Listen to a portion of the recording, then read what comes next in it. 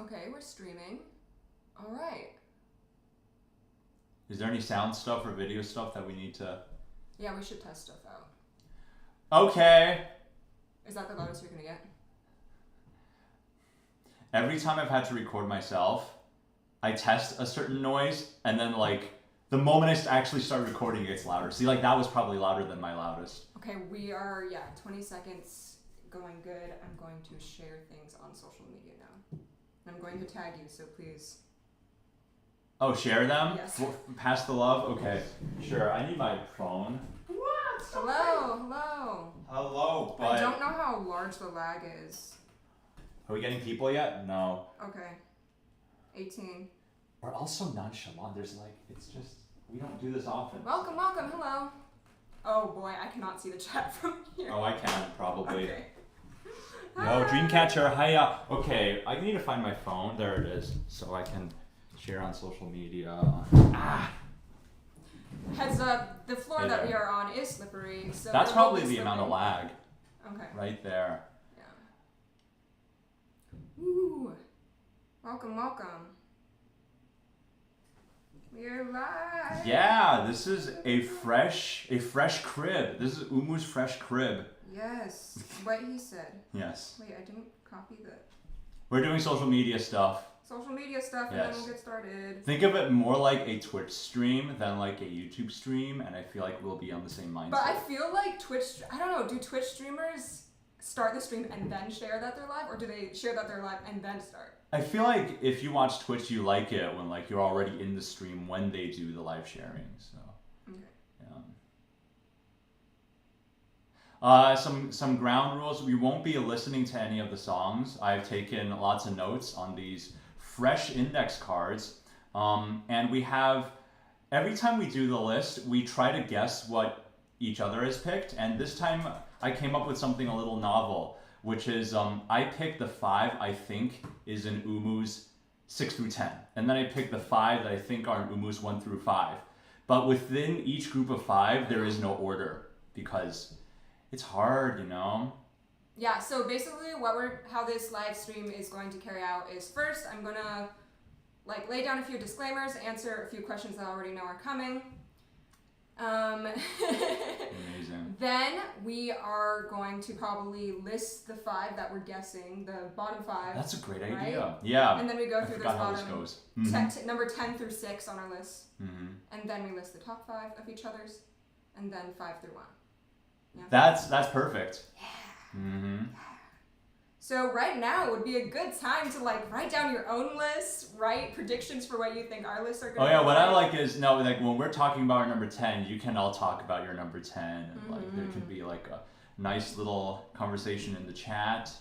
Yeah, once you're done sharing, I want your full attention, but I want to talk about my experience going through this journey. This was an interesting one, a little different. Keyboard sub looks promising. Oh. It's my roomies. That is something that I just picked out of thin air, and I know it's like some sort of tech. Oh. It's something that a certain machine makes. I don't know. Some brand of speaker. What are you talking about? Oh, like machine. A startup sound? Yeah, it's a startup sound. There we go. That's what we're talking about. Okay. Oh, should I do it? All right. So, last night I rewatched a lot of the reactions that I have done on Dreamcatcher, and then I just, if you've seen any of them, you know that I fixate on their production a lot. But those production comments, a lot of them fall by the wayside once you listen to Dreamcatcher a lot. They are the truest growers, in my opinion. Okay, but also I cut out most of your production comments, so I don't think they know what you're talking about. Oh, no, but you rewatch, so you know what they know. Yeah. Okay. I think, if Umu has cut out all my production comments, then I remember there was one video where I'm like, I'm no stranger to critiquing Dreamcatcher's production. So that means that you've never actually heard it, but you know that this is a concern I have. Yeah, and listening to all these songs, there was actually a confirmation of the production issues I have. It feels like every single song, they switched. Maybe they switched to different producers. Maybe they invite the same ones same back. producers. Always. Always. Why do they all sound so different? Yeah, like maybe the mix. Maybe the mixer. Okay. Mixing without spoiling it, like if you listen to Chase Me, and then you listen to their second song, which is Good Night, yeah, Run Run Run. They don't sound like the same rock world, you know? Yeah, which is fascinating. Yeah, but then there were a lot of songs where the more I listened to, the more certain production aspects popped out to me, and I couldn't ignore them. There were other ones where they completely died away, and I looked back at my reaction, I'm like, I have criticism about that? Really? Okay. Yeah, a lot of it, the songwriting and the structure and a lot of the instrumentals were strong enough to make me appreciate the song on a new level. So yeah, Dreamcatchers are true growers. Yeah, just because I come with there's like a judgment that I come listening to a Dreamcatcher song because of a lot of the rock that I've listened to, including like Nightwish, you know, if we're talking about like symphonic metal and stuff. So there's obviously going to be some comparisons to that. But when I listened to all of their discography, I really understood who Dreamcatcher was. Whoa. And I was able to, make my ranking based on what I know of Dreamcatcher now. And so, I'm incredibly excited about this. All right. Also, before we dive in, how is the audio? Because we may be talking at this volume, and I don't want to kill your ears, and also I may be talking like this. So let's get thumbs up. Yeah, normally if there are audio issues, there would be people already talking about it. But then I like watch. Okay, audio's good. Okay. All right. Yeah, welcome to our new setup. Mm-hmm. All right. Okay. I have a little thing. So let's go. First things first. Housekeeping. Yep. Yes, the channel's reacting to Maison. That's number one. That's something that I've already reacted to Maison. He's already reacted to it. But because the channel is reacting to Maison, we are not including it in our top 10 today because I don't want to spoil you guys.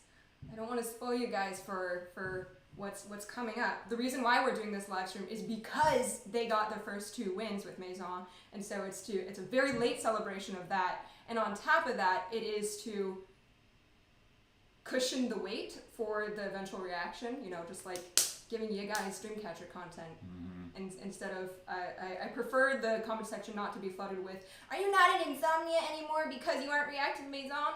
But I can understand why the comment section is full with those kind of comments, because I believe duo reactions usually go up like immediately after a Dreamcatcher song is released. So I understand why a lot of people are confused to why we used to be so quick to it and now we aren't. And the reason why is because I did film the full crew reacting, and it is on the more critical side. Sean and I also filmed a reaction, and we're on the more positive side. So I'm including our duo reaction with the rest of the crew so we can balance out the comments, because even though you can't keep a poker face. Spoilers! Even though the crew's overall reaction is more critical, I do believe that they give a lot of insightful comments nonetheless. So that's why there has been no duo reaction. That's why it feels like the wait is much longer. Mm-hmm. And that's why we're live streaming today. So that's number one. So there are 18 songs. Yes. Yes, if we don't count Maison. Yeah, and we're just doing title tracks and both Japanese and Korean. If you want everyone to list their list, I could just quickly list what songs are in the pool. Or I could, you know what? I could also we actually struggled a little bit. Yeah. I could also paste the playlist. Do you have the actual 18-song playlist? The 18-song playlist. Is Fly High in there? Yes, Fly High is in there. Okay, fantastic. And then I need to come back close to you guys. One of them was like a preview video. Yeah, because Full Moon doesn't have an official music video. Oh, snap. Okay, so that link hopefully works, and that is the 18 songs that we are listing our top 10 from. Mm-hmm. Okay, now, number 2.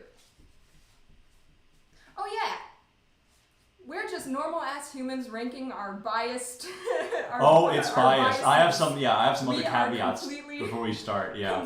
Completely biased. Oh. Just because we're musicians doesn't mean that the more musically interesting songs will appear at the top of our list. This is, we're not doing objective listing. We're doing completely biased. Like, what are we personally most emotionally attached to? That's so like, if you're like confused to why like. Did you what are the type like most 60,000 songs? exclamation What? points after What? your link? Is it bad? Your Did link? it not work? Is it private? Oh, it's private. Can I list them? Wait. I No, it's wanna list unlisted. It should be unlisted, but I'll move it to But public. I want because you typed a bunch of exclamation points I? and they became part of the link. Oh no! Yeah, you just send the link. You gotta And just. also, this is my friend's YouTube account that it's linking. It isn't like official React to the K. Okay, it's not working. Yeah, it's the exclamation points. Just recopy it. Exclamation points. Just copy it. Yeah. That was. Okay. I saw you type it, and then I'm like, she's just excited. And then I'm like, wait. Hilarious. Does it work now? We are just so excited about the stream. That's the truth of it. Yeah, should I continue my caveats, or did you want it to? Let's make sure it's working. Okay. Works now. Okay, Nice. cool. All right, your turn. Okay. I double checked with Umu if we're doing top 10 because, and this is, I don't want to call it a backhanded compliment, but it really is. Basically, starting from 10 are the songs where I can gush more about. I have more good things to say than critiques. That's it. But then if I list something that isn't in your top 10. Oh yeah, we'll talk about it. We'll talk about it. But and the other thing is, starting from let's say 6 onwards, they're all like A tier songs. Yeah, I will say right now, Dreamcatcher has one song. Number 1 is close to S tier. My literal criticism for that is just 8 bars, and it's the most nitpicky of things. My top 6 songs are all very close A tiers. Okay. And some of them will be your favorites, but just know that they're really, really close. Yeah. And I will give all the reasoning that I can, but I know that it'll only go so far. Fantastic. Mhm. Okay. All right. A lot of deja vu's in the A predictions. lot of deja vus. It's almost like I'm having deja vu seeing them. Nice. Okay, I think I'm ready to start if you are. Yeah, We're gonna we're trade ready. off. Yeah, we're gonna trade off our predictions for 10 through 6, but not in any order within those 10 through 6. So we're gonna list 5 songs that we think are gonna be on the first leg of this. Should we do rock paper scissors again to see who guesses first? How do you remember this? Because I just rewatched our NCT Oh, ranking amazing. live stream. Yeah, we do like these title tracks ranking like we've done a few B-sides. Twice but a year, yeah. Yeah, we do it like only twice a year. Yeah. But Rock, paper, scissors, shoot. 1? No, no. yes, best Yeah. one. Rock, paper, scissors, shoot. Rock, paper, scissors, shoot. Here we go. Rock, paper, scissors, shoot. Rock, paper, scissors, shoot. Okay. Okay, so I'm guessing yours or Can you're we- guessing mine. If you list mine first, does this also decide who gets to go first in the list? Okay, great. So you're gonna list mine, but then you also get to go first with your number 10. That's Yeah, perfect. okay. So his number 10 through 6, I'm guessing, is going to include Scream, What, Boca, Endless Night, and Because. Nice. What do you think mine are? Oh, what I think yours are. I was just digesting that. I think your 10 through 6 are gonna be, get ready for your poker face. Don't do poker face. Just react, please. Chase Me, Endless Night, Because, Piri, and Boca. 3 of our 10 through 6s are the same according to our predictions. According to our predictions. Yes. Well, Whoa. without further ado. Number 10. Ooh, that was the worst tremolo ever. Okay, yes, I got one. So number 10. So number 10 was actually really close between No More and Piri. But What's interesting is I think I heard No More for the first time when it was released, and I didn't add it to my playlist. I remember thinking, oh, this is interesting, but then I think it was released in November. November was a really stressful month for me. I think that's why. Someone said the camera is jumping a lot. Don't touch the table. I will not touch the table. Oh, and don't That's shake my a fault. lot. Oh, That's no. my fault. Oh. My leg was on the table, and my leg was really excited, so I kept going like this to the table. That was it. I won't do that anymore. Okay. So, No More was very close to number 10 because as I was re-listening, I was like, there's a lot to talk about. This is really, really interesting, melodic, perhaps their most melodically interesting song. And one day I listened to it, I was really overwhelmed. I'm like, I can't do this. It's too much anxiety. Another day I was like, yeah! But the reason why I didn't make number 10 is because I don't have that emotional attachment to it quite yet because I've literally only listened to it like 10 times in the past few days. So Puri is making that number 10. And I have a very interesting relationship with Puri because you know that I did a dance cover, right? Yeah, and I played the piano for that dance cover. Oh, shit! So, because I did a dance cover of it and I learned the majority of the song, I feel it very rhythmically. And so the majority of my comments are related to rhythm and not to like instrumentation or melody. But because I learned the dance cover to the song, I also listened to the song maybe 1 million bajillion gajillion times and I'm a little bit tired of it, which is why it's number 10. That aside, my first note is the iconic Dami Gaehyun rap. Gaehyun rap. Oh yes, guitar hits in pre-chorus. There's a lot of emphasized offbeats. Da da da da da da da. No, that's what? Shit. Guys, I'm flustered right now. They do blend when you're binging them like this. And No More was like my number 10 until like an hour before the stream. Let's talk about... Oh yes, so an interesting fact is when you're listening to the melody of this song, a lot of the melody has similar contour. So in the chorus, even though there is a little bit of variation, it's like a lot of descent, right? Like I have this staircase drawn down, and it's a very like... A little jagged. That's what I was about to say. Yes. It's a very jagged melody, which is a good thing. And they also do the octave, which is quite yeah, that just hits it home. Yeah. Da, da, da, da, da, da. And the way they hit that da da da da da, rhythmically and intervally. Yeah, something about it. But I think what mainly gets me about this song is just when all the instrumental and vocals hit at the same time. Mm-hmm. That's what like I feel in my soul. And why I like re-listening to it, because then I can move my body with it, and I know exactly what move to do and when. But fun fact, Dreamcatcher, the majority of Dreamcatcher songs has 6-7-1 chord progression. 6-7-1? Yeah, this is in D, right? I see. Is this in D? Yeah. Yeah, this one goes into diminished six though. Da da da da da da da da da da da da da da da da. So yeah, that expands their harmonic language a little bit. Do they go into B flat? D? Yes. Do they have lower sub? Oh, that's have. I don't know if they go into just regular six. Okay. They definitely have this six though. Raise 6. Yeah. A lot of that motion. I think that's partially why songs like Puri can be loved by so many, is because it has a common chord progression amongst their full discography, and so when you listen to it, it feels like, yes, this is Dreamcatcher sound. Mm-hmm. Yeah, so those are my few reasons why. Well, let's talk about Puri and No More, because fun fact, and here's where the hot takes begin. Oh, neither of them are. These are my two least favorite Dreamcatcher songs.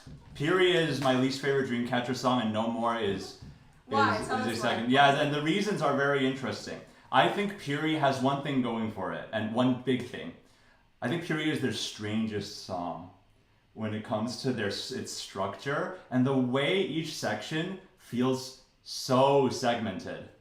Yeah, it's just everything's so fragmented. It's like da da da da da da da, and we start it, and then now we're in a sequence, da da da da da da da da da da da da da da, you know, and then you hear the chorus, and it's mostly instrumentals, and then you hear "I Know What You Want From Me," and then they sing like pop form. What you're saying is like no, the pop form is really normal. Yeah, but it's that it's just how each section makes me feel. It feels like I'm being teleported every few seconds to a new place, which I've heard songs like that I actually enjoy. So why don't I enjoy this one? Well, it's a little busy. When they say "blow the period," da da da da da da, it's like, you know, they do this very fair, like angelic type of voice, but there's not enough time for it to really breathe before he just hits the next thing, and they hit repeat da da da da da da, and then without any breath, it just moves on. And I feel like I want to live in each moment within that little pre-chorus chorus bubble a little more. Yeah, and the biggest reason why I don't like it is just the it doesn't, it's, I try to like it, and I think what they're doing is it's the way they sing it, it's the way they enunciate it, and how thin it is, and there's no bass, like they are sort of the bass in that section. It's a little grating. It's a little grating. The fact that you said it's one of the most busy Dreamcatcher songs, I feel like it's the opposite of that. Really? The most simplistic when it comes to like switching between section sounds. It also is, yeah. It is the simplistic. It's the most busy and most simplistic. But it's when they do that dee dee dee da da da bum. But it's like, what am I supposed to be feeling right now? There's a lot of disconnect for me, and also.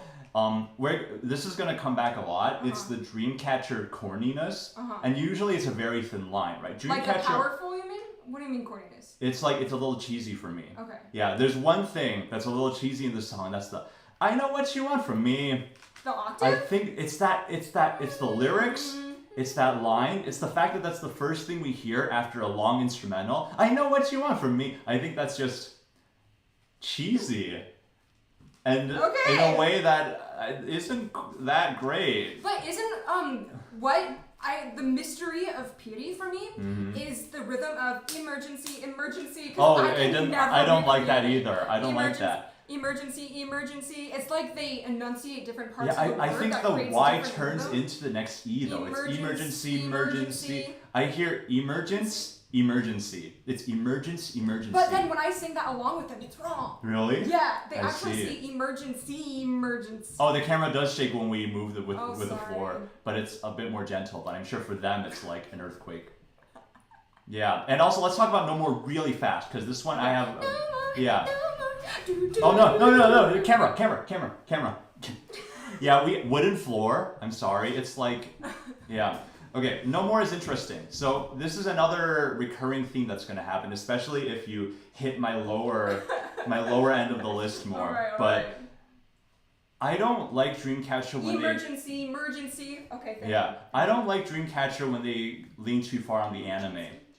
And there's a difference. There's a thin line again between the J-Rock and the anime. It's specifically when they go anime that I feel like isn't what Dreamcatcher sort of announced the world that they were supposed to be. So No More sounds like an anime battle theme. Right from the beginning, the guitars, there's something, it's almost like the Digimon theme, you know, there's a little bit of that. But it's like a theme that would play during an epic anime battle. You see the dust, maybe someone's holding a katana and rushing it through the ground with like all the sand flying. But then afterwards, it just falls into a generic anime song. Which is cool. There's nothing wrong with it. But it keeps using that kind of progression throughout, right? Yeah. Yeah, and there are Dreamcatcher songs that I like it when they repeat the progression. But this one, I think it just reminds me of anime too much. And I like it when Dreamcatcher connects the K-pop with the J-rock, with the alt-rock a little more. This one leans too much towards the anime side. And I don't know why, because there is a song that they did for an anime. And we might get to that. But No More has a... The flat 2 is very nice. Flat 2 is pretty nice, but for me it doesn't quite rescue the song from being just, it's too caught up in its anime trappings. I like the 5 sharp 4. What mode has the sharp 4? 5 sharp. Oh yeah, well, it's not a regular mode. Oh, when I play the piano, it also moves. You guys are just gonna be moving a lot. A little bit. What is it called? 4D experience? Oh man, I feel so bad for you. Please hang on. Please hang on with us. Yeah. So now let's talk about my 10. That was a long detour into that, but this is interesting discourse. I like the discussion. Okay. My 10 is one that you have guessed.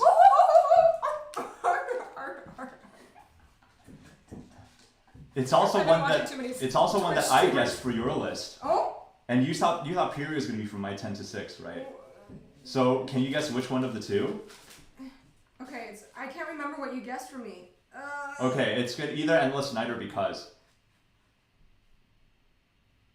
But you said you don't like when they lean into anime. Endless Night. It is Endless Night. Endless Night's number 10. All right, let's talk about Endless Night, okay? Endless Night is hokey, right? But again, number 10, I have more good things to say than that. If I'm in a very hokey mood, I think the beginning riff is so obnoxious. And then the guitar's like, oh my goodness. It's so obnoxious. But when I'm in the right mood, that's exactly what I need. Yeah. Exactly. That beginning kind of overwhelms me, no matter what mood I'm in. A little Just bit. Like, I'm yeah. a little like, I think the only thing about it, but the mixing for that one is a little bit on the down low. So we are talking about the mixing. Yeah. Like the drums aren't. Yeah. I don't like the mixing of that song in the verse and the pre-chorus. I think the guitars, the low guitars and the drums are a little quiet, especially in this part, which is good, you know. I think this part needs to be more annoying. It's not annoying enough. Right. Because what they're doing is they're keeping this drum, they're keeping this one note in the guitar. That's how I feel about the verse. Really? Yeah. Oh, yeah, until the very last second. But I'm saying it needs to be even more annoying. Yeah. Yeah, really? So you think about the verse as well? Well, okay, so the verse for me, all motion forward, all tension is lost. We just kind of sit. Because I think this is the one where they just like kind of have a drone, right? And a single voice. That feels more like an intro that builds up for me. So when we start with like this blast of energy and then we land here, it just loses everything for me. Really? I think the momentum is pretty strong in the beginning. Yeah, my only criticism is the slightly low drums, as in like dynamic wise. But yeah, continuing that, yeah, if the guitar was like a little louder so we can hear the da da da da da da da a little more, it would be even more successful. But then once we get to that chorus and they shift to D, yeah, suddenly the production is really good. Yeah, everything from the chorus and the bridge is really good too. I like the bridge because Jiu does the da da da da da da da da, and you don't think the sound's gonna get any louder, but Jiu's voice just emerges on top so clearly, almost like this angel that her voice in there and her timbre is it's so pure and it's so loud in the perfect way that I absolutely adore it. See, but the thing is that in the bridge, I wish that they stuck with the shrill energy that the chorus gave me. And so the fact that they chose to go with a more angelic sound with instrumental that matched the same energy as the chorus, but was just a different progression, lost me.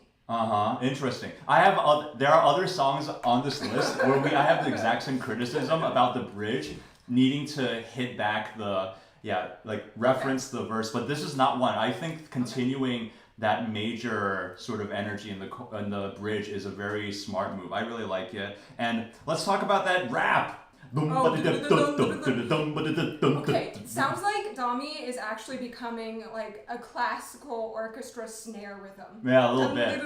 Yeah. Like almost bolero level, right? A little bit, yeah. But there's also like a hemiola, it's like not quite in the bar. The only thing with that though, and we're gonna talk a lot about Dami's raps in this. Yeah, I have a lot of things to say. I have a lot of things to say about her rapping. And of course her voice is amazing and holy shit. But the first 4 bars are great with the dum dun dun dun dun, but then they get to I wish she could have continued the weird rhythm a little longer than just having it be like weird rhythm and then 4 regular bars.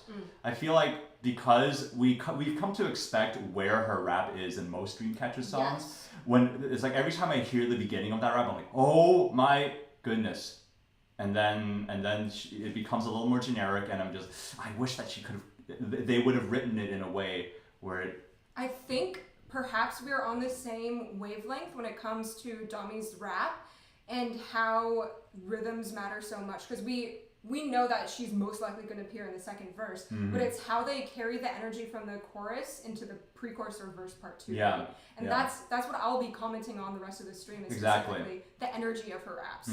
And very often I would hear her rap, and then the next member would start singing, and it would feel so disconnected that I'm like... It's very jarring. Yeah. Yeah. Like, did the rap exist? Like, was it, how well does it really connect, and do I like it? That's also a big part of it. It feels like the way Lees and Olander ends the rap phrases is they just like take everything out and then we move on. There's a few songs where they transition really fucking well. And so those songs tend to be higher on my list. I agree. No, Dami is a pivoting factor in my list as well. Absolutely. Is the pivoting factor of Dreamcatcher Yes. songs.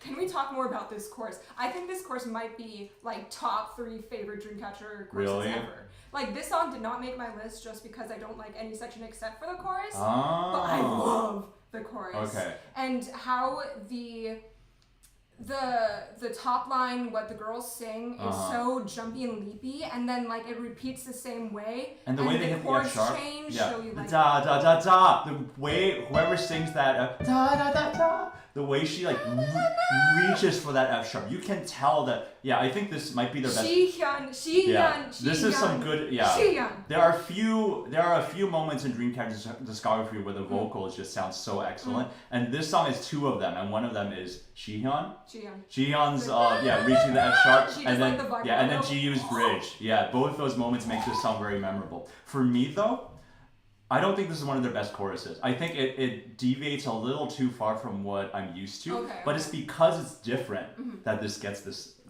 spot at number 10. All right. Cool. So like 20 minutes in this stream. An hour? Wait, no, 30 minutes. We're 30 minutes in. Okay. We're moving on to number... That's okay. I mean, I said that we have to end at a certain time. It's not strict. Okay. I just have to shoot a message to somebody halfway through. Number 9. Oh my... Do you want to go first, or...? Oh, no. Let's just... maybe then 5 through 1 we can switch orders. Okay. Yeah. It's so weird because I think I'm used to him going first, so I like stumble over my words when I go first. That's okay. We'll finish strong. Oh! Okay, this one... Wait, that doesn't make sense. I think this was one that you guessed. Really? Is it because? Yeah. Oh, nice. It's not on my list. Well, I shouldn't say that, because then if I don't say it's not on my list, you'll know that it's on my list. Wait, what? But it's... Don't worry about it. But I have to talk about it, see? This is my opportunity to talk about it. I think the first thing I should explain is why it's on my list, which means I really like it, but why it's lower. And that's because this song is a fantastic production oral experience for me, but I don't really have any emotional life need to listen to it. I've never been like, like going about my day, I need to listen to because it's because it's not a full bop for me, and it isn't a full jam for me. It's half and half, so I don't really listen to it to get energized, nor do I listen to it to dance. So it just doesn't quite get up to that level of like, I need to listen to this song for a specific reason. However, let's talk about why it sounds so cool, why it's so fun to listen to. I think this, form-wise, this is Dreamcatcher's most interesting experience. I counted, and there's 8 different stylistic changes. I guess... Your face is saying a lot of different things right now. When I don't focus on them, I feel like I don't catch them. Yeah, so I wonder how impactful they are. Anyway, keep going. Interesting. Like, that was a big earthquake. Yeah, sorry for the earthquake, guys. I like how a lot of the writing supports the music video and message, like the lyrics, because when I listen to it, it does sound angry, it sounds menacing, it sounds controlling. I just can't help but picture every single time in the final chorus when Shihyun is like, I like you! There was something on Twitter that went viral where it's like the most exaggerated or like most intense I love you lyrics to ever happen in K-pop, and that just pops into my mind every single time. It's just how dramatic the whole experience of this song is. I do like the rap verse in this song. Yes, me too. I'm trying to remember what it sounds like. Yeah, I mean, I know, right? Yeah. She commits to that off rhythm. Yeah. Exactly, and also the inflection changes. It's also twice as long as we expect Dami to rap. Yeah, which I also always liked. And then how the next instrumental kind of fades in. Like there's an actual transition. There's no lift or silence. It has that shriek, which continues kind of the soundscape of before and matches it together with the next section. I want to say the thing about, the scary sound, when you hear the beginning, it sounds like I'm trapped inside a music box and hearing the music box from inside. Because there's nothing that specifically sounds like a music box, but it's a melody that a music box. The melody, yeah, and it's a little louder and a bit more in your face. It feels like I'm inside the music box listening to it and being trapped, So that's a good metaphor. Yes. This is one of the only Dreamcatcher songs that I actually like the timbre of the piano. No. You don't? I've been saving it. I do have a little. Is there one that you like? I have quite a few that I like. Yeah. Because a lot of the times I think they choose a piano or a keyboard timbre that's very bright in pitch, so it can go with the bright string sound and it can go with the shrillness of the guitars. But this one, it was a little bit more warm, a little bit more fall, and that's what I gravitate towards. The biggest thing, anything else? Oh, and also, when Dami belts in the last chorus, it's really fucking hot. Yeah. That's okay. I don't quite remember, but I like it. I like it when she doesn't rap as well. Like when she sings, it's like, yeah.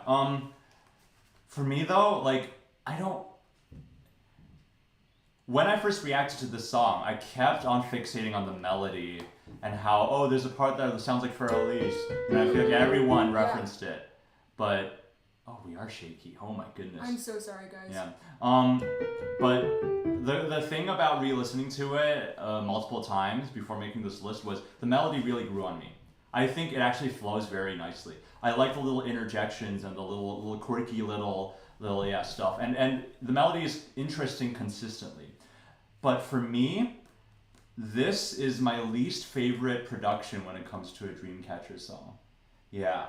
I think that musically it has a lot of merit, but the way every instrument's just in your face. When you mentioned the piano, you mentioned the piano. Half the time the piano is there, I can't really pick it out, and I wish it has more of a character. Yeah. I think we've discussed before in our lives that I tend to like when instrumental is just surrounding me and overwhelming my ears, where I can hear all the layers and it's really loud. And he doesn't like that when it comes to the final mix. Yeah. I'm having deja vu.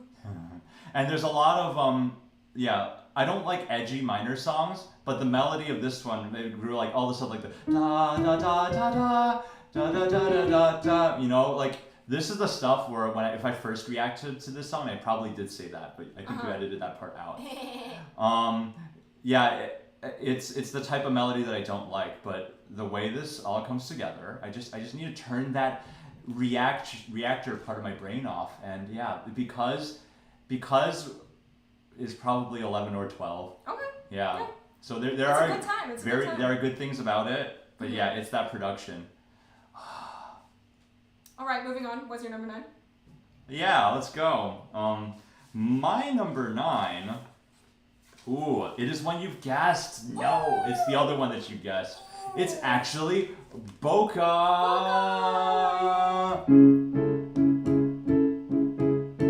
Yeah. Okay. So it seems like me and Boca we just get friendlier and friendlier. As time goes by. The first time I listened to it, I was like, what is that? And then the second time I listened to it as a group, I was like, yo, this is kind of good, but the chorus is, I commented, that one was actually in the reaction. I commented on the mixing of the rock section and how I didn't like how the pop section was so much louder than the rock section. It felt like it was like it closed up a bit.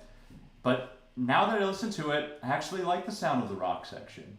Okay. Yeah, and I think the first half of the song is so strong. I think this is not their most ambitious song, but I think this might be their second most ambitious song. Their most ambitious song is coming later, and I will talk about it. But it's just the way they meld the styles, and it's really dazzling, especially for the first two verses up to the first two choruses. But there are two things.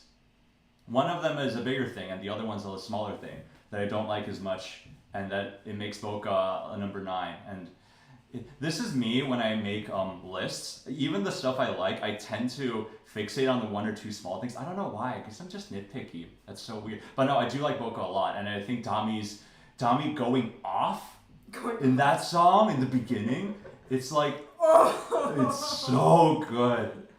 Oh, yeah. Like she almost voice cracks, and you don't. When you don't think she can have more energy, the next syllable she says offers more energy. You know, that type of stuff. But the two things I don't like, this is the thing we were talking about with Endless. No, not. Was it the my number 10? No more? Oh no.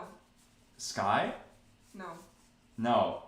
What? Oh no! But the names. You don't know This your is number 10? so awkward. Which one was This is his so number 10? awkward.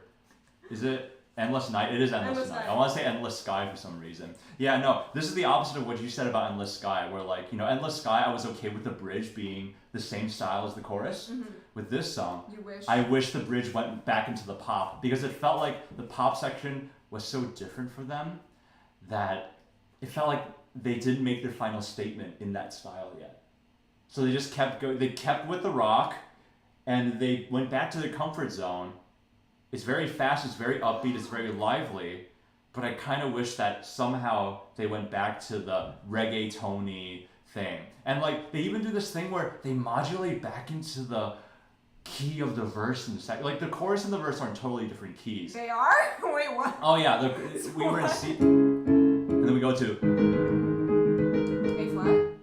yeah, G sharp. I call it G sharp. And then once it ends, we go back into boom, boom, boom, boom, boom, boom, boom, and it's just so invasive. I wish the chorus or the bridge could get that invasiveness back. But there's a light. There's a light on your hair. It's so nice. Yeah, so that's Boca. But the other smaller thing that I wanted to slightly, it's the corniness again. It's the same as Pieri. There's a corniness thing.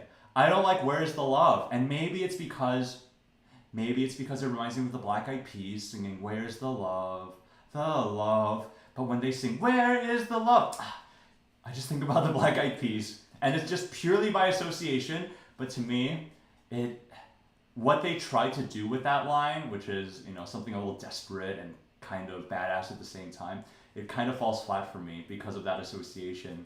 That's the small nitpick. But otherwise, why are you wearing it? Because you took it off me, so I put it back on. Oh, that's intentional. Yes, very intentional. Yeah, it's Boca. I mean, I would listen to the first half of that song like at any time. Like if those two things didn't exist, Boca would be like top 3 probably. Okay. Yeah, it has grown on me so much. Which is really strange, because the things that you don't like, I think, are some of the most powerful moments of that song. Oh really? Oh no. But I cannot talk. Betrayal. I cannot actually add my thoughts on this song, because I'll be adding them later. Yeah, quite later, I'm guessing. Let's go. Yes. Number 8. I'm ready for you. Okay, we should move. Okay, I'm sorry, guys. I just remembered that I downloaded the album art to use for this stream. Yeah, it does seem a little barren. Okay, there we go. Yeah. Yeah, it's nice. It's nice with them on, huh? And then people can like keep track. I mean, Number 8. Deja vu.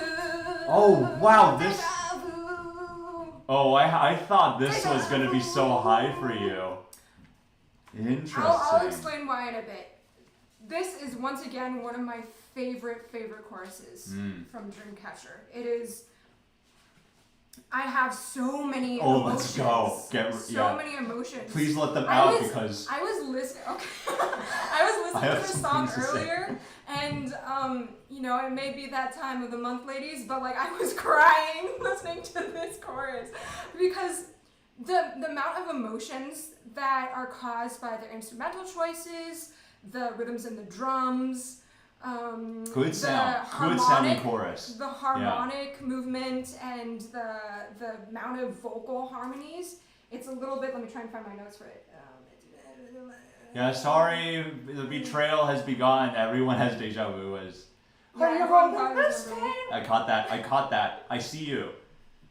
Where did I put it? Oh. Should I start by retorting a little bit? Just offering a little bit of my opinion? No. We gotta fill in the dead space. No. Okay, I'm just gonna make noises. Okay, I'll play I thought I wrote down. But it's like it's a little bit yearning. It's a little bit a lot of like yearning. you just. There's so much yearning in this song. I just had to say it. There's so much yearning in this song. Is there too much yearning, Kevin? Oh, we. Oh no! Is this like your least favorite song or something? I already told you my two least favorites. Okay. Yeah. All right. And it's like you just overcame something, so it's a little bit like, you know, you're powering through something, and I think that comes from the freaking drums. It's just rolling and very bottom heavy. A lot of toms. Was that like a this or like no, a this this? is good. It's a Okay, let's go. Oh yeah, I should do fist instead of this. Yeah, because it looks like one. And it just it doesn't feel like you're riding a horse. It feels like you're standing on the front of a speedboat. A lot of Dreamcatcher songs sound like horse riding, like charging in the night. I've never got that association, but you're right. You're right. Keep going. This one's yeah, this one's not that. You're standing at the top of the head of a boat, and you're just going, and you're like shooting through the water as it's going. Jet ski. And something that I didn't notice until this last week listening to this is that the drum rhythm changes for the final chorus. It doesn't have the it like goes to like a normal like like it completely changes. There are a lot of drum switches. Yeah, there are a lot of drum switches. But see, for me though, the thing with deja vu is the moments I remember are the quiet moments without the drums. So that's why all the drum stuff you're talking about, I'm like, I didn't notice that because I kind of savor the quiet moments in deja vu. Interesting. Yeah. Whereas I'm always drawn to the chorus because that is my favorite part. Another thing that I wanted to go over. Listen, I took piano, but then I forgot everything. Well, let's go. So the vocal harmonies are so impressive. I really, really love the fact. Okay, here, cringe. Time to cringe, everyone. Oh, let's go. Okay. Not the cringe part, but the. Listen, impressive. I'm sitting next to a pianist who can play this. I'm twice. gonna be impressed either way. So the chorus, it goes like. Yo, what are you? Your notebook. Oh, you turned it down. You turned it down. There we go. Oh, and they get an earthquake as well with it. Sorry. Okay, so. Did I just see an Erlkönig reference? I just played that. I cheated because it's too hard, but. Right? So the first vocal harmony, there's probably more than just thirds, but the first time it's just thirds, descending parallel motion. Let's turn this up louder. I doubt you guys can hear. Oh my god, you guys are moving so much. I'm so sorry. I'll try to play gently. Okay. You make my earthquake. You make my earth. Ah! No! It's minor. It's in minor. That was wrong. So, that's the first harmony. Whew. And then the lower harmony repeats exactly the same. I'm so sorry. And then this repeats the same again. Oh, I've switched I'm doing in the wrong hands. You sure? It sounds This is pretty good upper to harmony. me. This is upper harmony is what changes. So I can't do that. So that? Yeah, and then it goes, It stays on the higher note. Suspension, and then it goes, I don't know, seems a little sus. Shut up. I'm sorry. And then stays the same. So it has this, even though the melody isn't ascending, it feels like we're ascending because the vocal harmony doesn't follow the descending motion. It just like the last. Damn, you've really listened through this chorus. I love this chorus because I don't like the rest of the song. Okay. Wow, let's go. So the rest of the song, I mean, I don't dislike it, but this is, I guess, a very personal nitpicky thing, but this is a song where I feel like the string patch chosen, the drums chosen, and the piano chosen sound very thin and almost tinny to me. Mm. And so that kind of soundscape ruins my experience of the song. Mm. But I think that chorus is just... Nice. Cool. It has lots of leaps. Yeah, okay. My little, I like the first half of the chorus, but not the second half. Like the first half, yeah, I love that. I love that. That's the second half. Yeah, but I don't like the first half. Oh, It's a deja vu, and there's a lot of stuff going on around, but it does not. I just cannot get over the main But line. the harmony changes. I know that it was written there to make way for the harmony, but in my case, it just doesn't.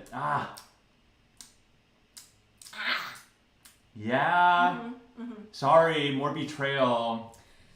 Sorry, more betrayal. Oh, no, I'm holding this pain. Okay. Dami sings. What's your number? Doesn't 8? Dami sing in this? I think so. Yeah, she sings in the and second it's- verse. it's- Which is funny pretty because great. when I reacted to this song, people were like, "Why aren't you freaking out at Tommy singing?" I'm Yeah. like, "Yo, have you not heard Dreamcatcher B-side song? She sings in like every single Hey, one of there those." you go. Edumacation. Get edumacated. Oh, right. Okay, I don't think my number 8's going to be on your list. Oh boy. My number 8 is a little song called Full Moon. You don't think that's gonna be on my list? Oh, wow. That was a way to spoil things. I love it. Okay. So, yeah, Full Moon is great. Full Moon has a great opening. You're just in that space. Dreamcatchers have like quite a handful of songs, I would say, where the opening just gets you. You're just like in it. You're listening to it, and you're like, what's happening next? You know, the melodies, they just feel like they're written by someone who just knows how to write melodies, right? But in the case of Full Moon, you get to the pre-chorus, it's all really good, and then the chorus feels a little not there. It's like, da da da da da da da da. It's just da. They come off that note too fast. Yeah, it's like da da da da But da. then the instrumental fill in where there are no ends. I know, but for me, Dreamcatcher, as I'm doing this project, Dreamcatcher has become a melody, a very memorable, group in terms of melody. And so I always could use more Dreamcatcher melodies. Like, I know a lot of their soundscapes are gonna be great, but for me, the truly good Dreamcatcher songs are where the melodies really, really flow nicely. And here's the connection. I think that this chorus sounds like a Day 6 song. Particularly, it sounds like I Wait. Oh, Yeah, and so I re-listened to I Wait. I'm like, what do they do different here? The problem is, with I Wait, it was already established like that. Like the, what you doing? What you doing? You know, they were already doing the call and back and forth. It's not really about the melody. It's about this like staccato type of detached thing. While in Full Moon, the pre-chorus and the verse are so connected. And so when that chorus hits in the Dreamcatcher case, it would have worked probably in any other sort of like, maybe like a Dreamcatcher B-side where they don't go for their usual melodies. But like, yeah, when it's not because it sounds like Day 6, don't get me wrong. I think that it's actually a pretty bopping chorus. It's not one that I would actually criticize by itself, but it is within the context that I feel like it doesn't belong. That spot should be reserved for a more melodic thing. And I know they do the... Oh, that sounds like Mario, Mario 64. But no, yeah, I think it's that. They do the whole Dorian thing, and they add a little melody at the end, but that just feels like they're making up for the rest of the chorus. I know that's probably not what they thought when they were writing it, but something about it feels like, oh, we're adding a bit of melody so that there can be some motion in this chorus. Full Moon. But again, beginning so strong, great start, and again, chorus by itself, really good. See, I like it. I'm liking these songs more and more, and again, if I'm not really listening to it carefully, I would totally just jam really hard to this chorus. But if we were going nitpicky and detailed, this is why Full Moon is number 8. Yeah, very good song. I would say B+ tier. We're getting to A tier. This is B+ tier. Yeah, and the production is this is one of the ones where they just nailed the production throughout. Okay. Yeah. Interesting. And also to answer Farza, we actually did do this segment with Luna songs. The pre-releases. Pre-releases specifically. Yeah. So eventually, once they release enough title Let's see tracks, what we'll people do are reading. one, two. People are sending. All right. So now. Kind of basic, but part of its charm. You're right, especially in its release order. Mm-hmm. Yeah, it feels like the songs that came before that offered more, but Full Moon is like, it's still welcome. That's how I feel about it. Yeah. We're at number 7, yeah? Yep. Chase me. Okay. Yeah, strong start. Good debut. Iconic. I really hope, if it isn't already, this becomes a staple in just K-pop history. I mean, oh, what a way to just, Damn! announce yourself to the world, right? Yeah. So my first song was actually Good Night, but I remember listening to Good Night and Dream. Oh no! It might have been Chase Me, but after their debut. The first song that I reacted to was Good Night. But I remember, I think I was super freaking into VIX at that time, and people were saying, oh hey, do you want to check out the girl group that's like VIX? And I'm really angry at my PMSy self because I'm getting really emotional right now. I see why that connection was made, but based on the K-pop landscape today, the VIX and Dreamcatcher connection is like, okay, I mean, they if both I do squint horror really concepts. hard. Yeah. So when I discovered this group, when I discovered this song, stop it, Emma. Okay. No, keep going. Keep going. It felt like a release almost. Like I felt relieved to discover this group.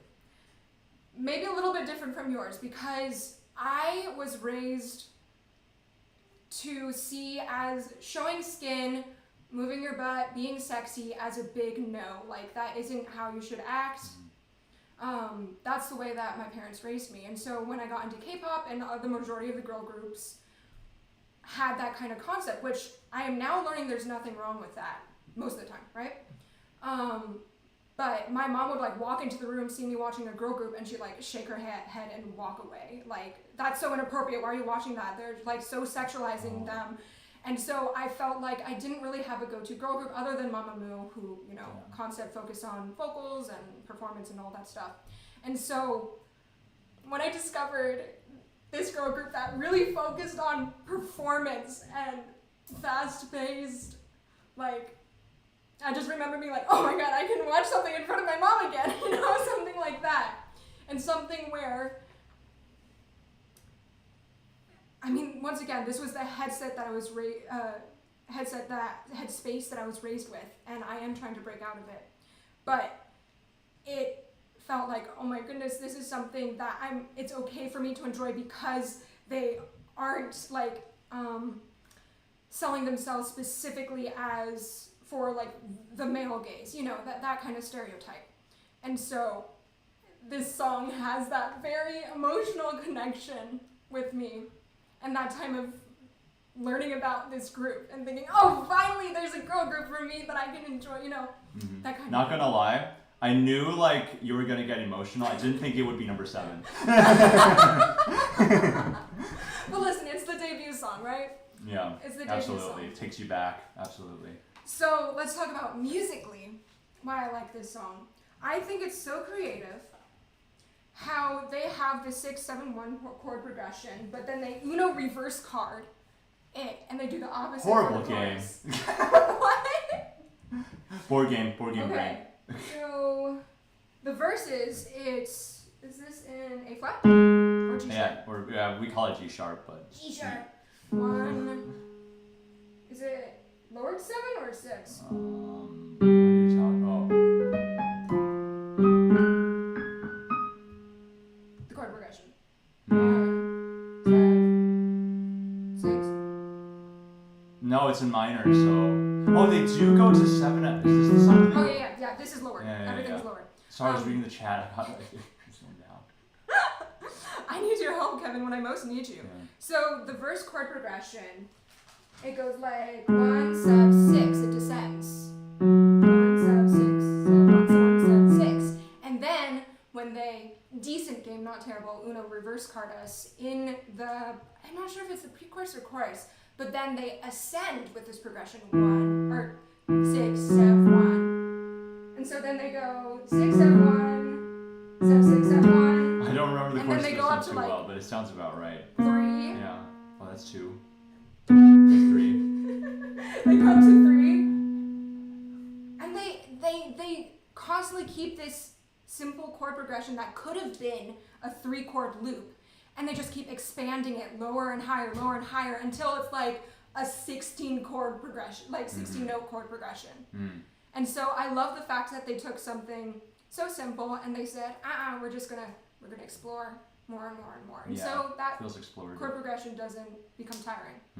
And then I think the part that I was actually going to rely on you to explain is, I think when the crew first reacted to it, we all freaked about the planing. Oh my! I don't think it isn't goodness. planing, right? It's the parallel fifths in the pre-chorus. I think it's post-chorus. Oh, it's not that part? I'm talking about like the Oh yeah, they did do that. They do that. Is that planing? A little bit. No, sort of. I see.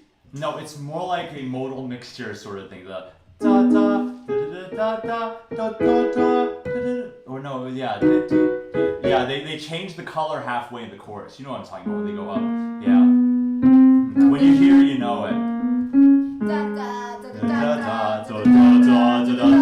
It feels like you're like on a roller coaster and it's taking you to new places. Yeah. That's another standout moment. And then if we're talking specifically about vocals, I really love the contrast between them using their full belts, chase me, and then contrast with the little interjections of falsetto, dangerous. And then they go like, you know, like they constantly have different dynamics that they're featuring in the vocal melodies. Are you your turn? I'll talk a few things about Chase Me just based off of you. Okay. I'm gonna keep it mysterious, but this is one where the production isn't great for me. Okay. Yeah, this feels like it was the first time they tried this. You know, they tried to combine the rock influences with the K-pop, and otherwise this song is quite strong, other than the parallel fifths, because the more I listen to this, the less I vibe with it. Just probably it's because of my classical training. Yeah, on the piano that's like, whoa. Yeah, but even when they're the vocals, da da da da, ooh, This specifically isn't allowed in classical music. Yeah, parallel fifths are not allowed. We get a failing grade if we include it. Yeah, that's right. But yeah, for me, the production is a little in your face. The drums feel a little pitter pat. It's like splashy. It feels like they're throwing cymbals at your face a little bit. But like, it's also not very focused. It's not like landing on your face, but it's exploding into a million little cymbals on your face. And that might sound like a compliment, but when the drum isn't focused, sometimes it just it makes the whole song a little less tight. Okay. And that would be my productional nitpick about this one. I do have one last comment. One more comment on the top lining is the first few songs of Dreamcatcher, they don't do the biggest, or actually maybe Dreamcatcher songs in general, they don't do the biggest final chorus changes. They just add in the smallest bit of There are a tweaks few. to the... There are a few really good ones. Well, what I'm talking about is like how in your face the changes are. Yeah. And so this change here is the call and answer when they do that rising. The da da da da da. They have a call and answer in the vocals. Da da da da da da da da da. And they just have the smallest bit of changes with just how the vocals interact with each other in the final chorus that nice. I didn't notice until listening for this. Rewards re-listens. Yeah. Okay. Yeah. Is it time for my number 7? Time for your number 7. Yo, number 7 is what we call a song that starts with a very, very high piano. No. No.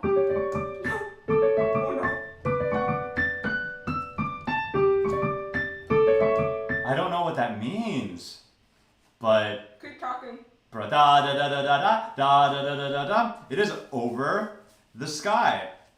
Over the Sky is the preferred happy upbeat song compared with Endless Nights. Yeah, for me it's higher. It's just the one I would prefer to listen to at any time. But I think the piano sound for this one is quite good. I also think the piano sound in Chase Me is a little bit I don't like the piano sound in Flashy. this. Yeah, that makes sense. I understand I understand the type of piano sounds you don't like. It's very thin, but like It sounds cheap to me. Like a little they paid bit. $5 But for I think it works. It works here. It sounds so airy, and it's like it takes you to a place where you don't feel like the piano needs to be good. I don't know. It's just something where like the way they chose that timbre just works for me. And then they go, you know, da da da da. The entire harmonic journey throughout that song is so nice. They go from the B major, and then they go into like a D minor, da da da da da da da da. Right? Whoa! See, I just played these two chords, and they sound like they shouldn't make sense, but they go through it, and then because of the vocal line. yeah, and the pre-chorus sounds just a little C-poppy, a little Chinese poppy to me in the best way. It's like the way they go back to D minor, and then when that the dee da da da da da da da da da da, it's so good. It's such a bop. And then the bridge is also really good because there's this great resolution where it goes up, da da da, and then when who hits that? I didn't actually write the singer. I didn't check who hits that, but when they hit the da, it's satisfying. It's not the highest note ever. It's not even higher than most of the notes that were in like Endless Night, you know. Like that was more impressive maybe from a vocal standpoint, but the way it just resolves into that, it's like the energy keeps on going in the bridge. And in a song that's already so high energy, it's very much appreciated. Thoughts on Dami's verse? Oh shoot, I don't remember. Is this the nightmare that you had? Me asking you about? No, no. This isn't. This is the one where it goes Phrygian. Oh yeah, I love it. Yeah, I wrote it here. Spicy rap. Oh. Yeah, I love it. I think it's something about the production. If you don't hunt for it, it blends in with the rest of the song just enough. But when you listen to it, it offers a little spicy. Yeah, like an exotic, a little. Yeah. It's his sore thorn. In when I listen to my. It's a sore thorn. I understand. Thorn. I totally understand it. There was something else on the. Because when we play the. That's on the bridge, right? It's not on the. Yeah, that's on the I'm bridge. pretty sure. No, I'm pretty sure isn't that the verse? Oh, I think I wrote it here. I wrote because she specifically also on the bridge. has rap verse. Yeah, I love the instrumentals on the rap part. I see you. But yeah, and then that leads up to the resolution. And I think that's what makes the bridge so good. It's that 1-2 punch. It's that direct contrast of different styles. See, the thing is with us going Phrygian during the rap verse is it has been brought to my attention through like our React panel's comments is that whenever Phrygian appears, it's always with the rap.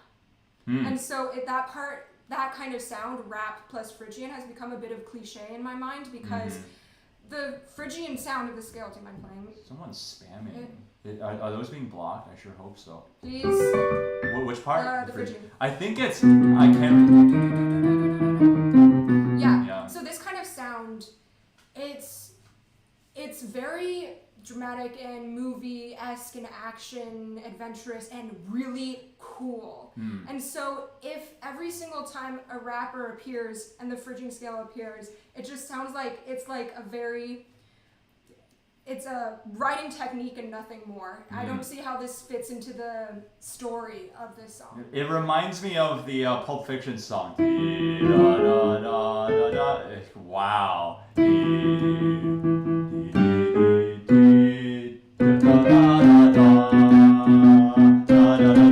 The Miserlou by Dave. Oh, I don't know my names today. No, I'm the best with names, not today. Yeah, you can tell that. I don't know. This is the one where it's not the emblematic Dreamcatcher song, and I think that's the only reason why it's lower. This is the one that I don't have any critiques, and this is the officially entering the A tier of songs. And I think every other song on top of this one, I have more critiques, but it's only that they have bigger strengths as well. And maybe they're more representative of Dreamcatcher's sound for me. But Endless Sky, Over the Sky, wow, help me. You keep combining Endless Night and Yeah, Over the this Sky. was the one that I was the most worried. I'm like, oh, if I listen to the other songs one more time, I think Endless Sky is gonna keep on Over the Sky. Going up. Over the Sky is gonna keep on moving up. But I keep on looking at it, and no, this is number 7, but it has my heart. It has a special place in my heart. Cool. Yay! Yeah, for me, this song is like the happy version of Eclipse. For me, Big this deal. has the extreme anime sound, except instead of maybe the fight scene that we were talking about with No More, this is the happy slice of life anime. This is the farthest into anime that You're I can take Dreamcatcher, and for some reason they didn't go too far, and it hits very well for me. Yeah, and so for me, the reason why it isn't on the list is you talked about it's very satisfying going through the different harmonic lands of this song. But for me, since the vocal melody follows those harmonic lands perfectly and in exactly the way that you think they are, you can either see that as satisfying and it will draw you in to listen to it more, or you're like me and you're turned off because it's boring. Okay, you mentioned Eclipse, because that's funny, because that's how I feel about Eclipse. Let's go! Also same. Oh, really? Yeah. Oh, okay, thank goodness. I thought you mentioned it because it was going to be on your list. Okay, No. okay, nice. Yeah, Eclipse is the actual anime song, and for me, it leans too hard into the anime. Okay. All right, so now we're moving on to number 6. Woo! Your number 6. I'm number 6. I keep forgetting to add these on screen, but I think the timing's okay. Oh yeah. My Better number than our other 6 streams. is one of the first reactions on this channel. Good night. Oh snap! And the accelerometer goes.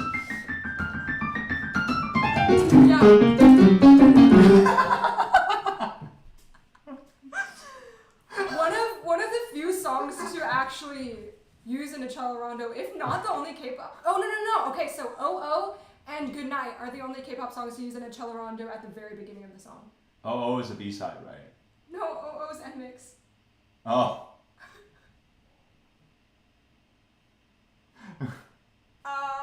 Oh. Okay, we're gonna move on from that.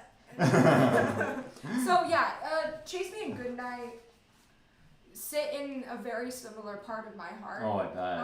And this one is actually really funny. I'm not sure if I've ever told this story before, but before we go into the musical breakdown section, the reason why this song is in a special place in my heart is because it actually got me an A+ on a music exam. Let's go at the beginning of the cross-section between real, serious music and K-pop. I almost said real music because a part of my brain stuck out and was like, stop it. Music. Yeah, stop it. Well, actually, on my phone, classical music's playlist is titled Real Music. Anyway, so this song tends to rely on a chord progression. It isn't there all the time, but it's called a descending fifth sequence, which is a classical chord progression. It's also a chord progression we hear most often, I feel like, in pop ballads, in K-pop ballads specifically. And so it's refreshing to hear in this style. But for Don't Tell My Professors, I'm trusting you all to keep this a secret, right? What's said in this chat, in this live stream, stays in this chat and live stream. But we were instructed to practice coming up with our own melodies, composing own melodies over specific progressions for music school. And so we had to do descending third sequence and descending fifth sequence. And descending fifth sequence sounds like... You can just play Drink Good Night. Yeah.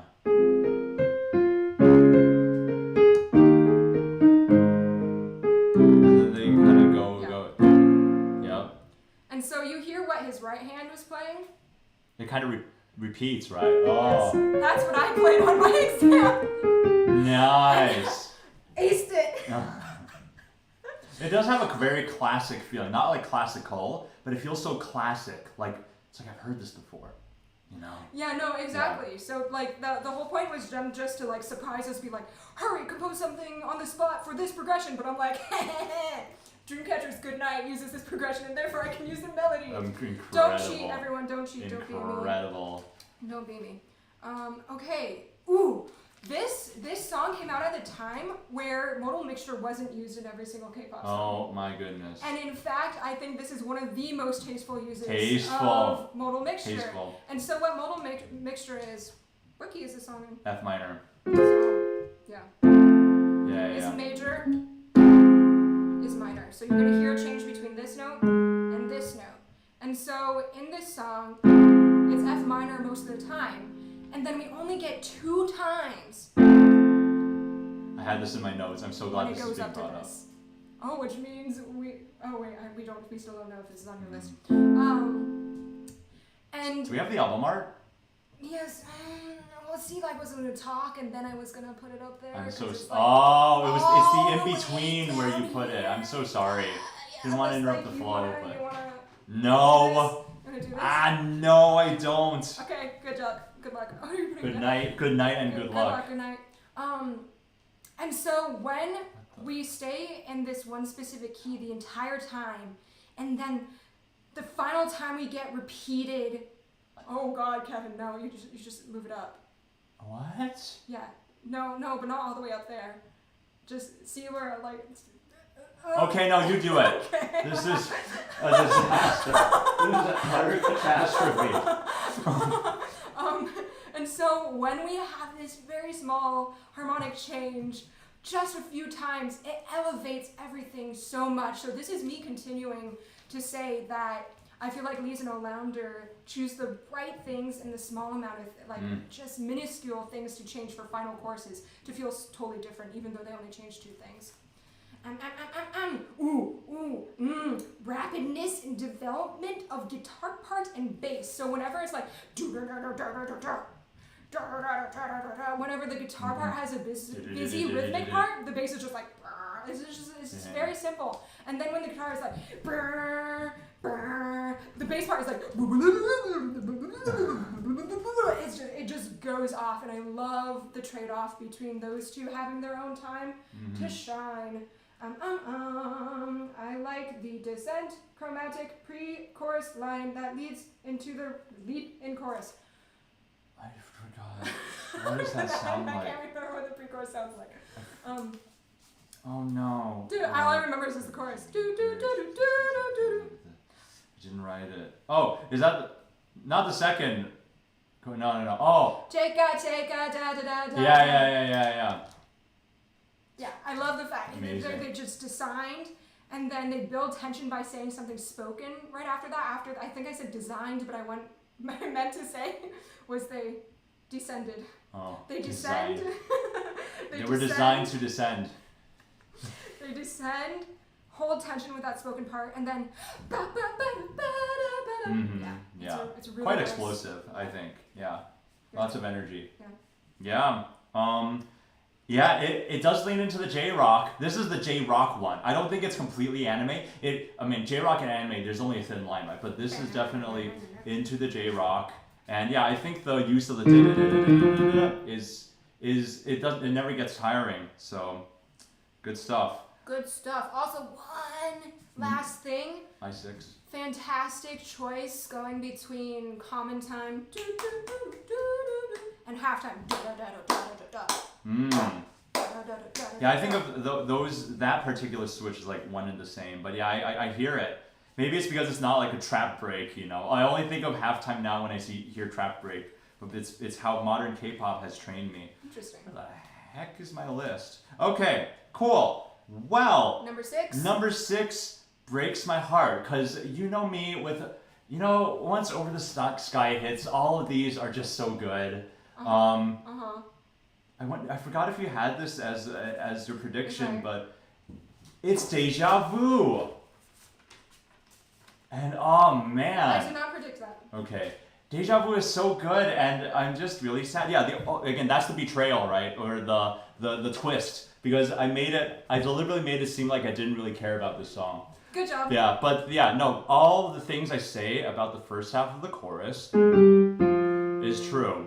I don't think this is very inspiring, evocative. The harmony! But then when they go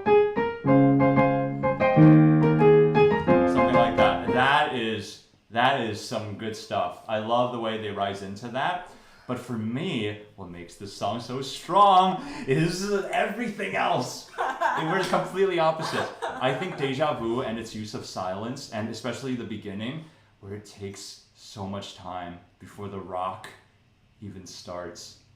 My goodness, it's so nice, and it's so evocative and atmospheric. And that first beat, it's like taking me back to the late 90s, where like you got like Eminem Stan, which references like Dido's Thank You, like both those songs, it just hits me right into that beat because that's, I think, one of their most successful, uses of another beat, because it's just the moment that beat hits at the beginning, you're just at home. It's like a rainy day, it's F minor, you're just at home and your tea's gone cold and you're wondering why you got out of bed at all.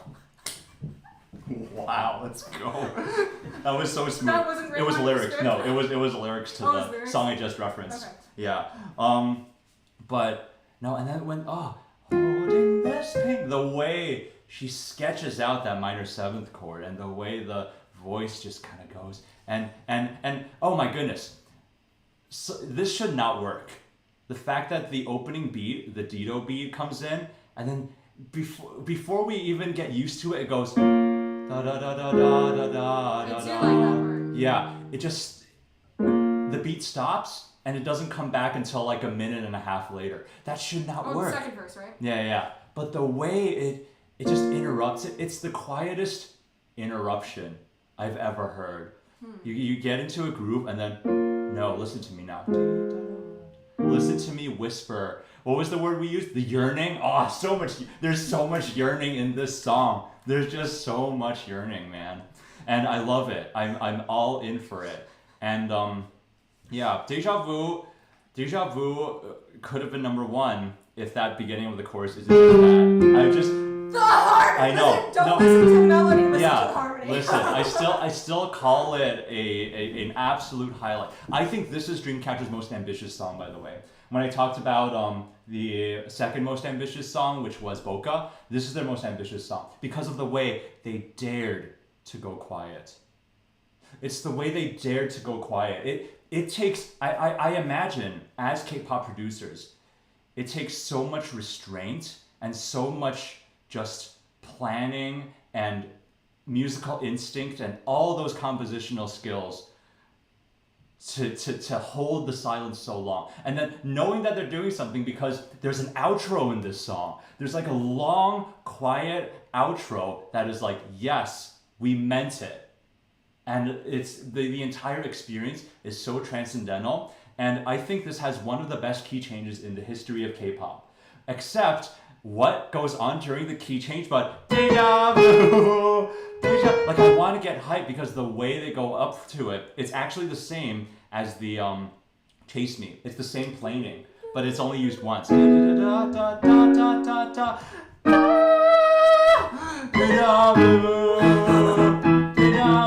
Yeah, but I want to get hyped, but I wish they, especially in that last chorus, I wish they could have changed the melody to be something that really made the key change sit. And the most brilliant part, and this is the part that is so well done, I can't even hear it, but the way they end the phrase, and then they just go back into the original key without any trace.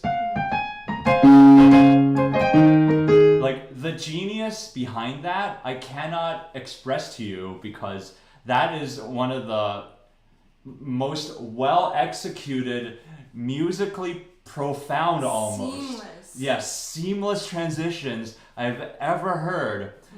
But it only comes in on number 6 because I don't like the deja vu part. It's a little repetitive, and I'm saying, and the production is perfect, and the silence. You like the production?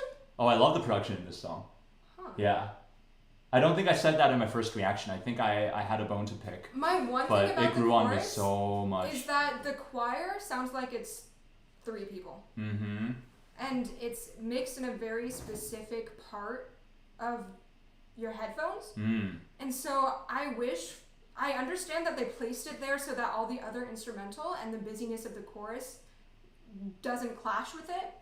But I wish it was more grander and they had more voices on all sides of us. Instead of just the 3 like a little bit off to the right. Yeah. Where it doesn't have as big, like It doesn't didn't have, get as large as it's not as spacious. It's not the most spacious Dreamcatcher chorus. But for what it does and the way it contrasts the silence, I forget about the spaciousness. I just really enjoy the production in the chorus. So that's my number 6. And I'm already so hyped. This is the most hyped I've ever been about my number 6. I realized, man. It only goes up from here, It only goes up from here. So now we take a quick intermission and we're going to announce I'm gonna go first. Okay. I'm gonna announce what I think your 5 through 1 is, and let's see if you've said any of the ones that. Okay, I got Good Night, which already came out. Yeah. Yeah. I got What? Okay. I got Deja Vu for you. Uh-huh. I just had a feeling that all the things you would like, but I guess the quiet part. I have Scream, Okay. and I have Odd Eye. Ha! Okay. You got some right. Yay! But where? I have a feeling I didn't like it. I'm really curious if it got any right. So, I guess Full Moon, which you've already said was Interesting. 6 through 10. That one. Yeah, because you had Good Night on my bottom half, right? Interesting. Yeah. Huh. Then I had, well, I think it was mainly because, so right before we got the stream up, Kevin was over there dancing, and he was just like, and then he was like, is this Full Moon? You said the Boca. You said the Boca, but then you mentioned Full Moon afterwards. Oh, okay. Which then made me suspicious. Interesting. So then Full How Moon, to play the meta game. Chase Me, Good Night, because you haven't mentioned those yet, right? Correct. Odd Eye, You and I. It's challenge to go lower. There are some right stuff in there. Cool. Yeah. I'm glad. I just realized we aren't keeping track of. Yeah, we're not. Yeah, we'll see. I'll go first. Okay, you now go first. from 5 to 1. I'm Yes. so excited. Yes. Number 5. What's number 5? Oh, my number wait, 5 wait. is. What do you guys think is number 5? Listen, I got these because they're cheap. I should have gotten a notebook. What is his number 5, everyone? They were $1.50. They don't even have lines on them. Oh, ah! No, don't pause it. Pause the video. Don't pause it. What song is it? Oh, don't, please. No, not you. Especially, they can converse among themselves. Hey. Everyone, okay. You and I, Boca, You and I. My number 5. Odd Eye. Oh man, this is the black sheep. You won't believe the song is here. Unless. No. Is it? What is it? Okay, no, I'm. Tell me. Is it? It's not Rose Blue. Okay. It's Breaking Out.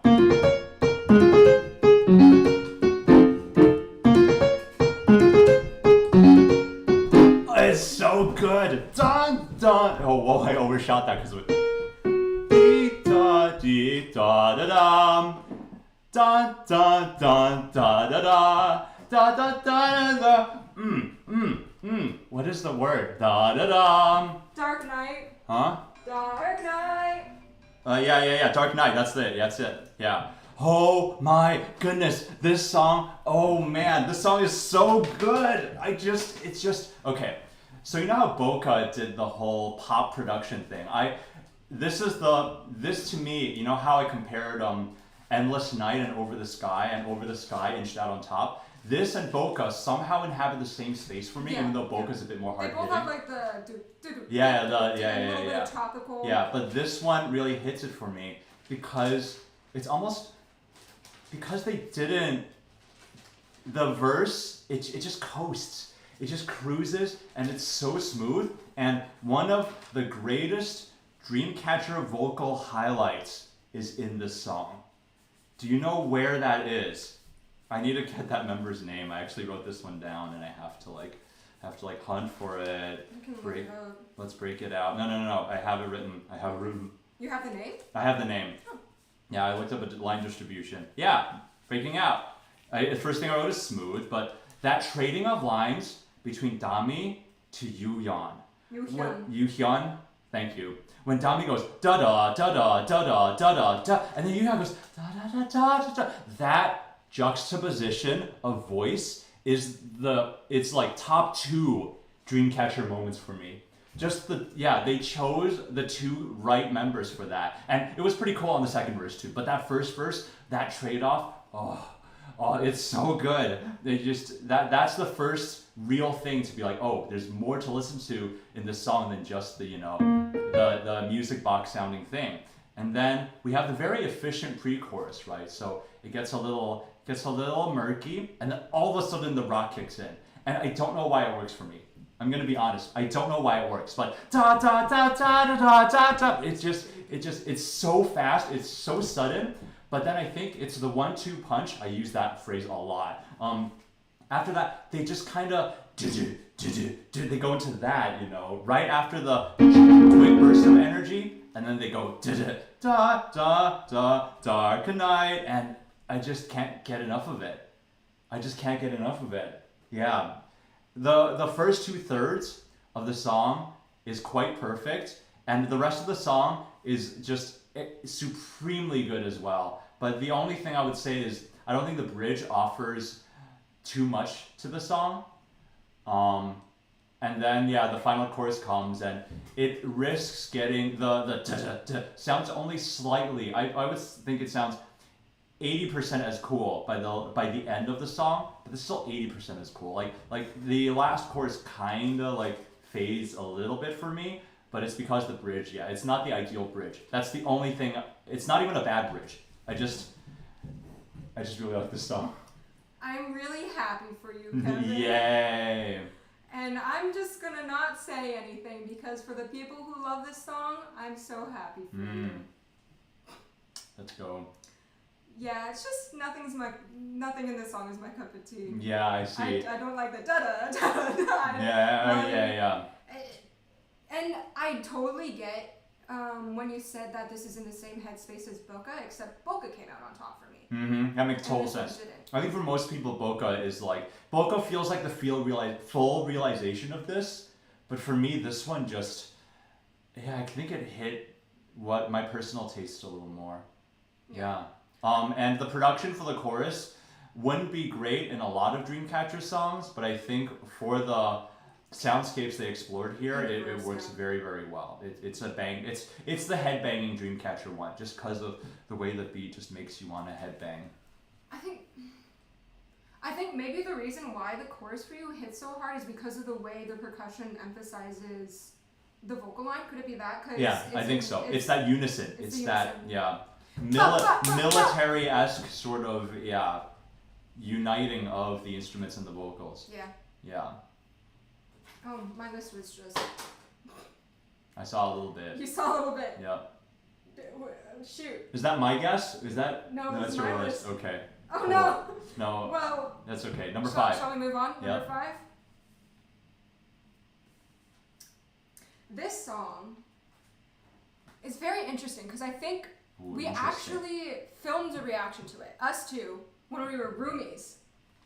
And we did not end up publishing the video because either I didn't know what to say when reacting to it or we just weren't vibing that day.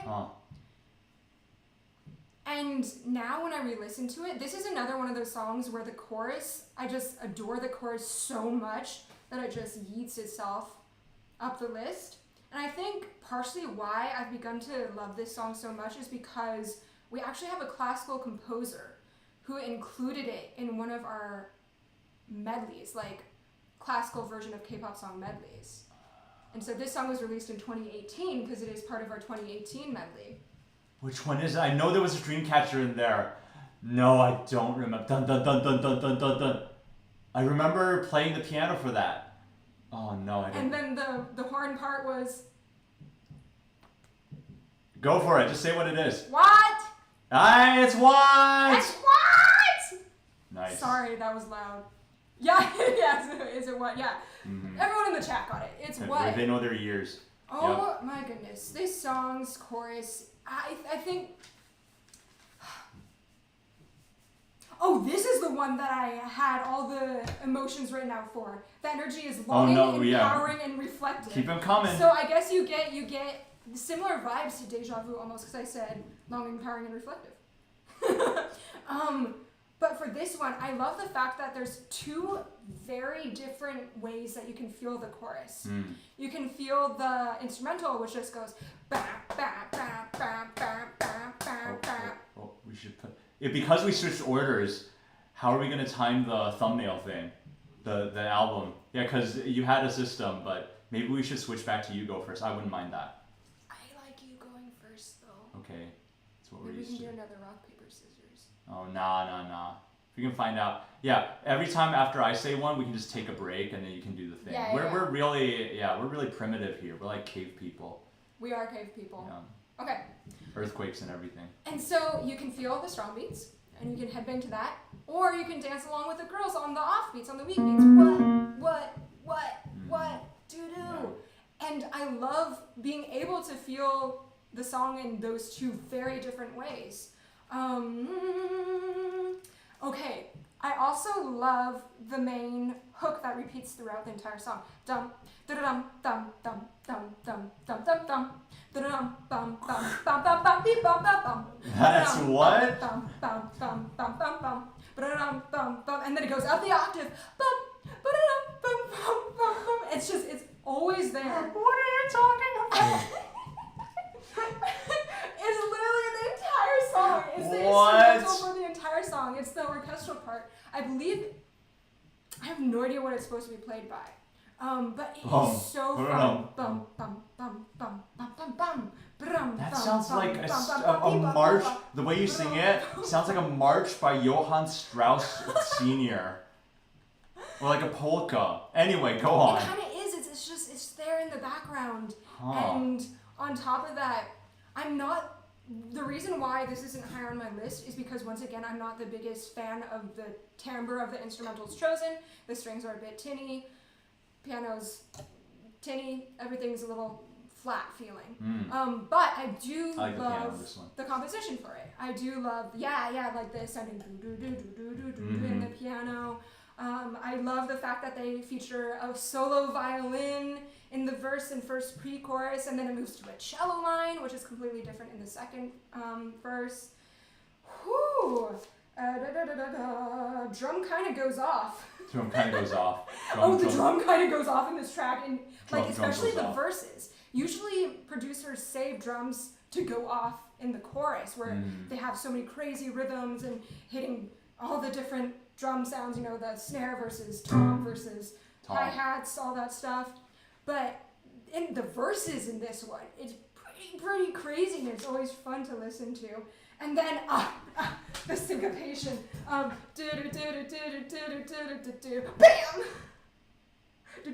I think it's there. I'm not singing the right notes. It's in the Yeah. I've never caught the bam. You need to watch the dance practice. Okay. They do like a little Nice. arm movement to it. Superb. Everything is connected in a fun way. String runs, percussion hits, chorus. Oh, so yeah, like when they transition from the chorus into the verse, they have a hi-hat that its sound lasts over to the second verse. Oh, wait, no, that's the chorus to the bridge, specifically. But yeah, everything just runs so smoothly, and it just, this one, it's also, you're in a speedboat. It's just a lot of motion forward, a lot of energy that it puts out into the universe. Okay, you're number 5. I agree, because we're on number 4. Oh, we're on number 4. Yeah. You can drag that pink cover to the left now, because my number 4 is what? Yeah, what's super good. It's so good, but I'm going to get the small nitpicky thing out of the way, and it's actually pretty big, but the song is so good that I don't really care about it. So, we enter the chorus of what? And the sound is great, You know how we talked about Deja Vu didn't have the spaciousness? This song is space. There's so much depth. It feels like you're peering into like an endless, like a hole that goes through the end of the earth. It's so deep. Yeah. But then you get to the refrains of the word what, and it's not the repetition this time. It's the way it's so loud that it obscures the harmony a bit. Because we go, what, that's the chords. And especially because, the rest, sure. The third above it, you forgot the third. The rest of the song is so spacious. When the whats come in, it feels so in front, and I know why they did it. It feels like it's the concept of the song. All into a focus. Yeah, and I don't like that focus.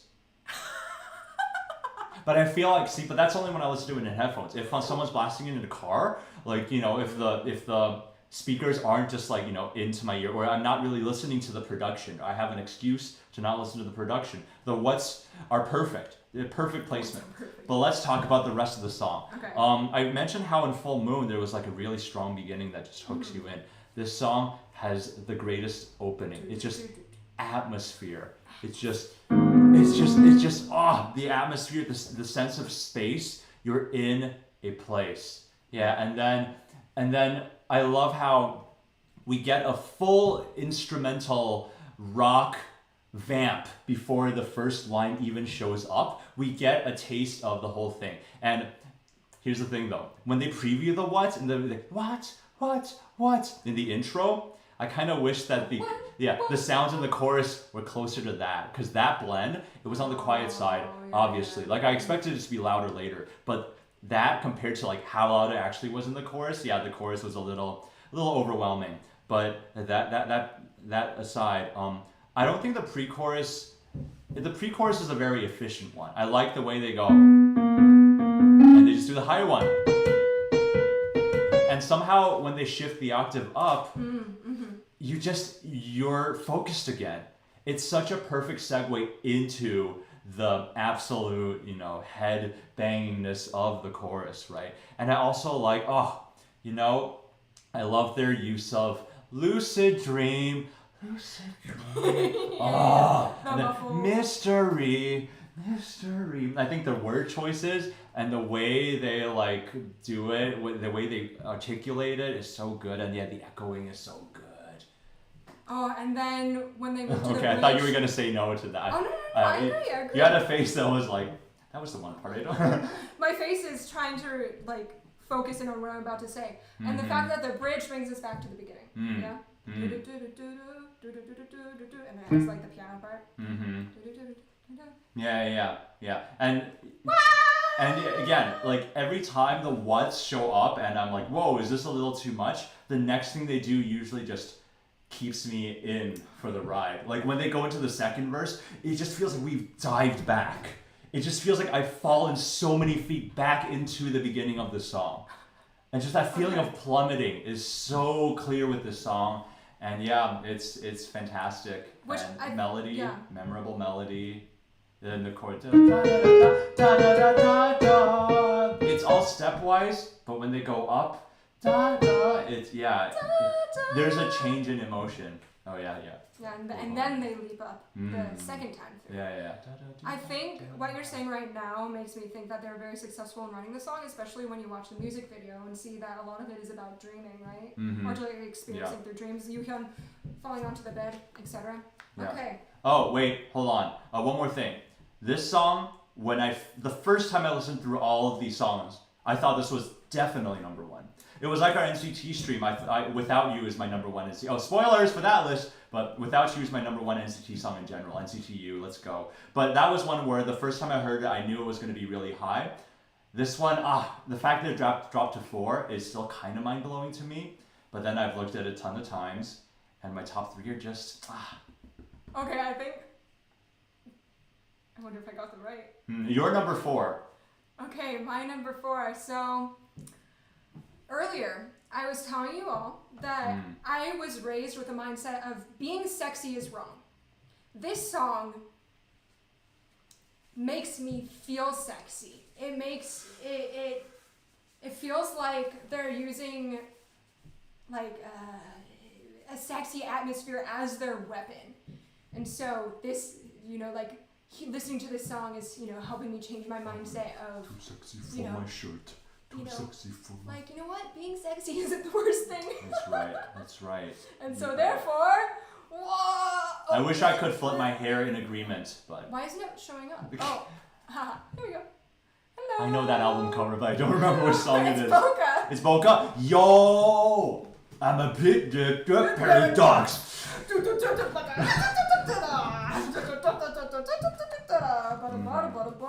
Okay, where to start? So, what I love so much about this song are the wispy, gentle vocals and how Maison edited them.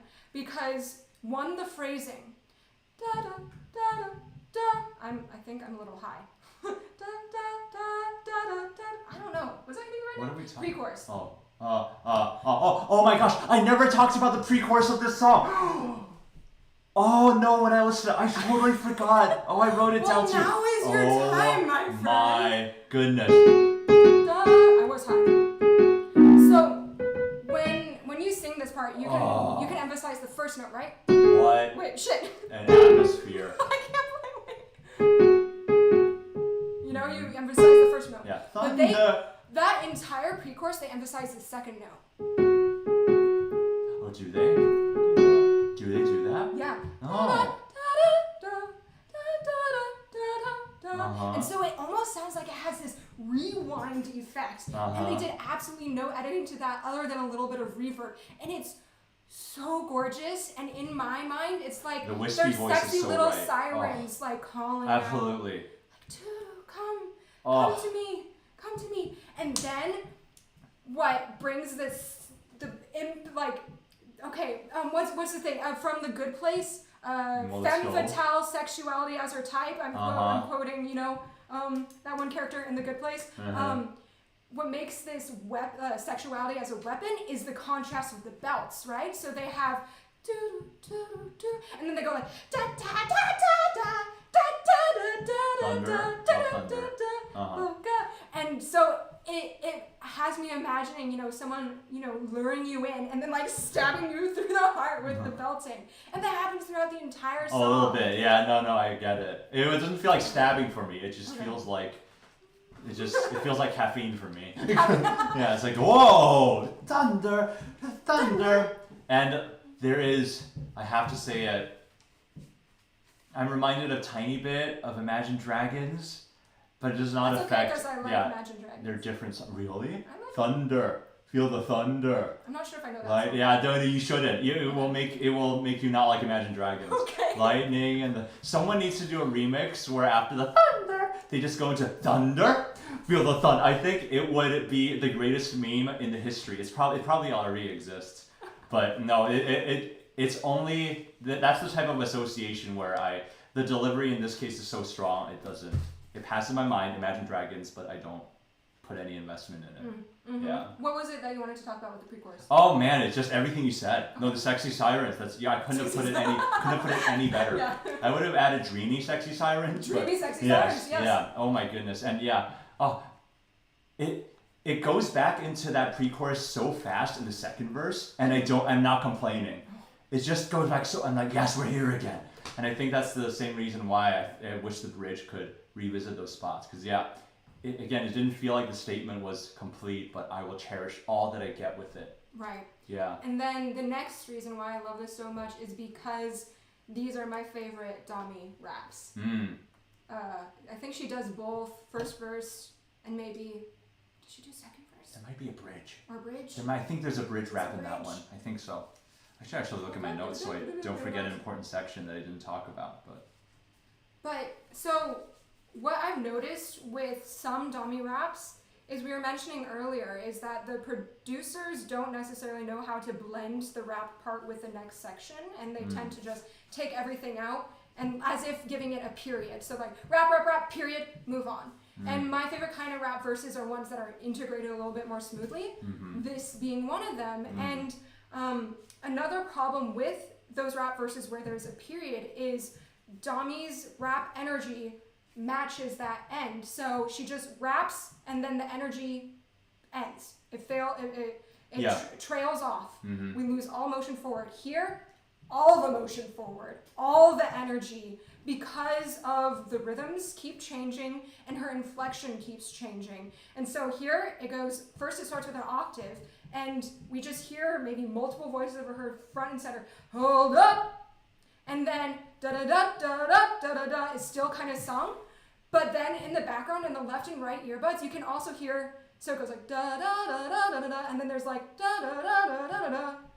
She doubles herself, but in different intervals. So it sounds like multiple Damis are going at us.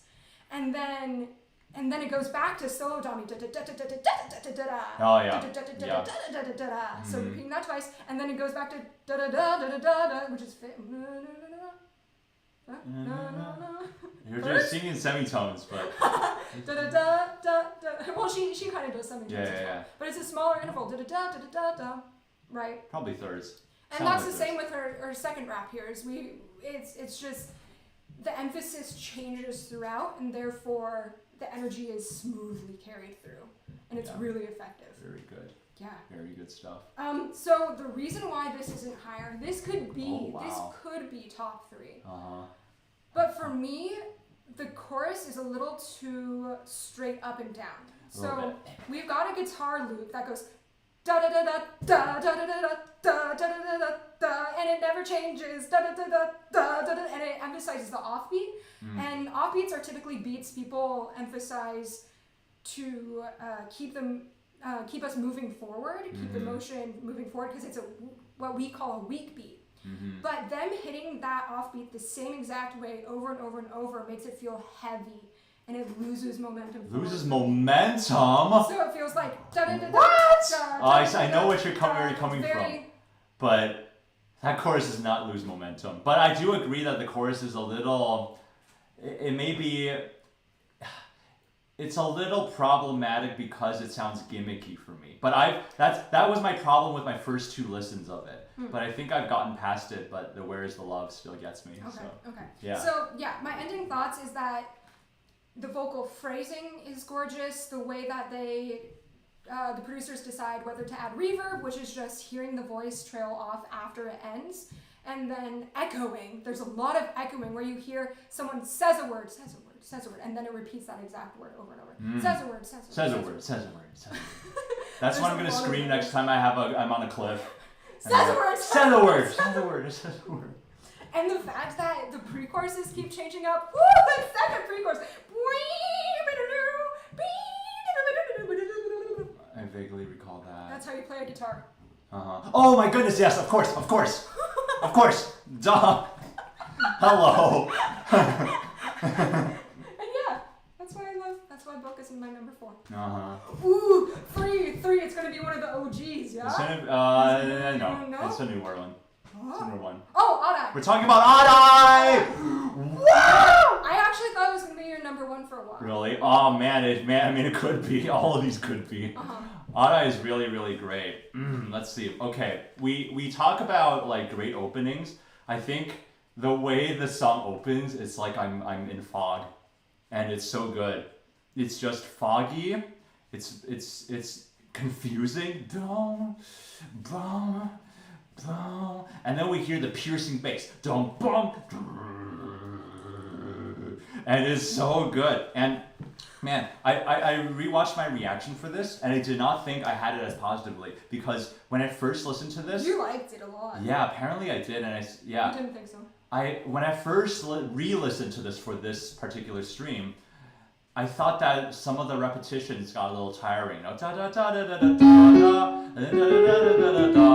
then I'm like, okay, it's a little bit samey, but this is one that just grows. Every single melody in this song, I think, is completely memorable. I really do. And my favorite melodic moment is actually the second verse. After the rap, which, by the way, that staccato arpeggio makes Tommy's raps 10 times more insanely awesome. Okay. But my favorite line in the song is after Tommy's rap, and then it continues to end by going that line just, there's so much to chew on. The way they placed it and the way they did not use it in the first verse. It's a new material, and it's such a strong, catchy thing. This is the ultimate, like, catchy but musically fulfilling synthesis. I think that, it's all really, really good. I'm going to actually look at my notes now, because I feel like there's something big that I have not talked about. Eclipse, no, not Eclipse. What am I talking about? Odd Eyes number 16, yes. Dami rap. Every sound they do is fantastic. Second verse hits different. Oh, and then the bridge is fine, but after the bridge, they do the voice split. And that high note, I'm just right back there. Yeah, I'm right back there. I'm like, oh, yes, give me that last chorus. Like, that's a way to avoid that type of repetition fatigue, is to hit us with something that iconic. So yeah, this is the one where there's not too much to say. It's just all of its qualities are so clear, I feel like. There's nothing more to comment on. It's just melodically rewarding and catchy, and yeah. And depending on your taste in music, those qualities may not be your favorite things. Ah.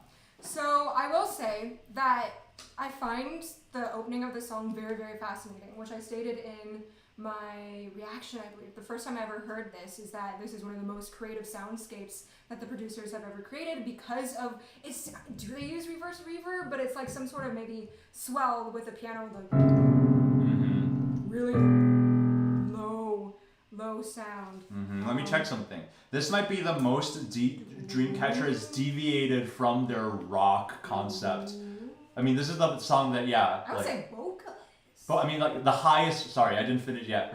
This is the highest ranked song for me. Okay, that is a deviate. Yeah, because there were some other songs earlier that I said, because it deviates, like it has a spot, but it's not too high. This one, I feel like they delivered so strongly that I can't. It's just it becomes Dreamcatcher for me. Right. Okay. Yeah. Okay. And then on top of the beautiful low piano effect, there's like this really distant, reverby, like flute whistle type thing in the beginning. And then I do really like the sudden boo boo boo boo change when they have this ominous like octave. That's a fifth, I think. Yeah. Fifth, boo. Fifth. Oh, I even wrote down fifth. Yeah, there you go. And I do really like that change. But as you were mentioning earlier, you said sometimes if you're really paying attention to the notes that the chorus has, and the in the chorus. Oh, it gets you, and then the guitar imitates it. Yeah. So it's a lot of repetition of that. So one way you can view that is that being a very creative integration of the same material, the instrumental imitation. Right? So the instrumental does it, and then the vocals do it, and then the instrumental does it, then they both do it. You can view it in that way, or you can view it from my perspective in which it just... So just repetitive for repetitive sake. Yeah, I do enjoy the content itself. I just wish the second half of the repetition changed. Yeah, no, I totally felt that the first time I re-listened to it for this. And I also had the ooh. It feels like, oh, that's what they did to end the section. It also feels a little gimmicky. Like da da da da da da da da da, and then ooh. It feels a little, it's diatonic. It doesn't play around too much with all the melody notes. It's extremely diatonic. But man, it's just for some reason it kept growing on me. Okay. And now it's my number 3, and I admit it without shame. Yeah, I mentioned the Tommy's rap with the. Something I didn't mention was the auto-tuned imitation of it. I think it's very effective. I don't know if you like that. No, not a fan. That's what I was going to bring up next. Oh, okay. You love that part? Yeah, I think it's so good. For me, that feels... So this is one of the times that I feel like the rap verse is at... It lacks the energy that it needs or the style that it needs to match with the rest of the song. And so whereas Odd Eye's chorus energy level is here, suddenly we just drop down to the verse. And then with a da-da-da-da-da, it's another block up. Interesting. So I view the rap verse kind of as its own specimen that doesn't really fit or belong in the song. I think for me the rap verse goes higher, and then when the melody comes out, it goes down, but not in like an energy way, in like we're settling back into it. I think because the rhythm is so sparse in that, the vocal rhythm is da-da-da-da, right? And we just have da-da-da-da, right? Yeah. That's why the energy leaves. I see. It almost reminds me of one of those string pieces, like dun dun dun dun. I think it's just there's something very cinematic about the boom, but it's on synth, so it's very sparse. Dun, dun, dun, dun, like dun dun dun. It's like a movie, but like miniature. It's like a synth type movie. Yeah, there was what you mentioned. It's something about that. Yeah. I wanted to say that this is a rap section that is successful. Not because of Tommy's rhythms. It's not because of the rap. Production. It's because of everything that's going on around the rap that makes her simple rhythms, her simple delivery so much better. The auto-tune and also the staccato. Okay, interesting. Yeah. I'd like to compliment this song on the fact, so you talked about Deja Vu being a song to applaud for its risk of being quiet. This is a song that I'd like to applaud, even though I don't personally like it, but when viewing it without the bias, I think it's amazing how successful they made the heaviness feel. Yeah. A A little bit, yeah. I think that's what sold me on it. It feels like there was a purpose behind the melody. That's I never thought of that. It feels very large, dark, and heavy. Yeah. Which is a rare experience to feel. That's very similar to how I feel about Piri. It's like this. It's a really strange song, and I applaud them for doing it. But yeah, it's totally nothing. Yeah. And then I recommend that everyone who listens to the song go in and listen really carefully to the guitar parts, because there's actually some interesting counter melodies in the lead guitar during the chorus. So for example, if like the vocal melody is ascending, then the guitar will be really high and then descending, and that kind of interaction. If you're like ignoring the guitar part that's like do do do do do do, there's some high stuff going on. I think that's the chorus. Maybe. Or it might be The only guitar I remember is when they imitate the. It's very quiet. It's very quiet and it's high pitched. Interesting. Yeah, chorus. Oh, it's during the ooh, ooh. Oh. The guitar goes like ooh, ooh or something like that. Oh, I think I might have caught that once. Yeah. One That's of my really re-listens. fun. Yeah. Okay, pause as we transition to my number 3. Yay, we're doing it. So, when you go to a lot of K-cons and you go to a lot of concerts, stages tend... I think. I wonder, did you see Dreamcatcher at K-con? I saw them, yes. Okay. Yes. So then you'll know what song I'm talking about, maybe? I think so. A lot of stages I'm gonna get you it forget wrong. about. But some stages are very memorable. And the very memorable one for me... Yeah, there it is. That's what I thought. Yeah. No, when I think about seeing Dreamcatcher at KCON, it was the song that I remember the most. This was insane. It was the song I remember the most. This was insane. Yeah. It's you and I. It's you and I. Because there is bass in this song, but I don't know whether it was KCON's live mixers or if it's the song itself, but it exploded when it got to the chorus. And I remember just standing there stunned out of my mind. It's There's a photo of the kid going that meme. So with that being said, that's one of the main reasons why I love this song so much, is that its power live is practically unmatched. The second thing is the vocal performances. This song made Dreamcatcher one of my favorite vocal groups because the verses explore a lot of dynamic singing, and it highlights a lot of moments where you can hear their timbre so clearly. And for me, Yoo Hyun's voice is the one that really stands out in this. I love her vibrato so much. It's so warm, and it's not very fast, and it's also not very big. It's like the wavering of the vibrato is the perfect rhythm.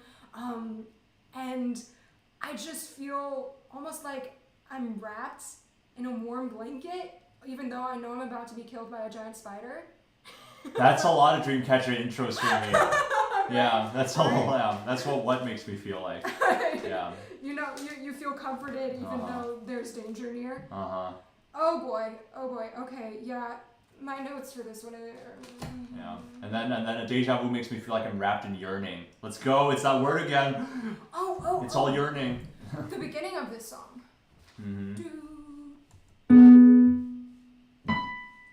B. That is the key. Right? Those are like the main notes that are hit. So it opens up with high piano, right? That's very clear for us to hear. Oh, I mean, not clear because it's kind of muffled, but it's the main focus. Then when the voices come in, it's moved down the octave and it's muffled. And I love the recycling of that opening motif because it appears throughout the rest of the song, but it's barely noticeable. And all you can hear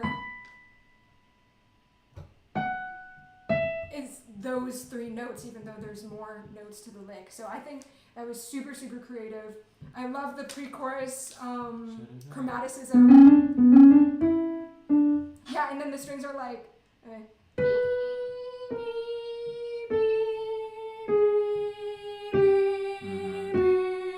and then it just like builds the tension as it descends until we explode into the chorus.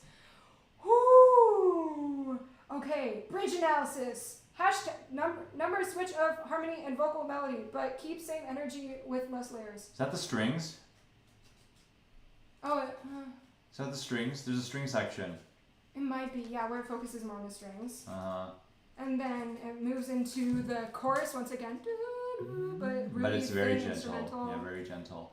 Were you gonna comment on the strings? We'll wait. Say that for later. Yeah. Oh, really? Interesting. Oh. And so I mentioned the explosion of the bass when you hear it live, but also maybe the second, because maybe that's what is it called, the sub bass? Subwoof. Subwoof. The sub. There's a word. Subito bass. No, that's incorrect. Like there's the drone of the bass that makes you feel it in your soul, and then there's like the actual bass guitar part, which is really fun. It sounds like this. It just sounds you're singing the Batman theme. It sounds like Batman. It's very wormy. Ooh. And then the vocal harmony again. Oh, okay. It will take me 30 minutes to play this. Why? So. What? I'm giving you a lesson. This is why you're doing my lessons. Perfect. And then the Perfect. the vocal melody above it, the harmony. So which one do you want to play? Melody. Okay. Because I don't know what I'm playing otherwise. Wow. Ready? This is a vibe. Yeah. Go. Good. Keep going.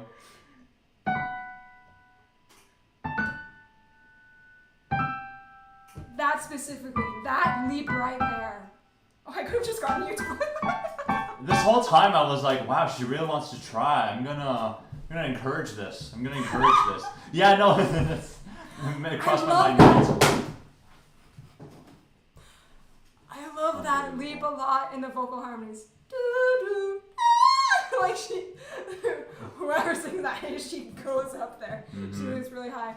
And then I say, and the second pre-chorus, Yuhyun, and then the end of the bridge, like my vibrato is so fast and like nervous, but hers is just so relaxed. Yeah. Mine is like, The but vibrato hers is like, yeah. I can't even do it.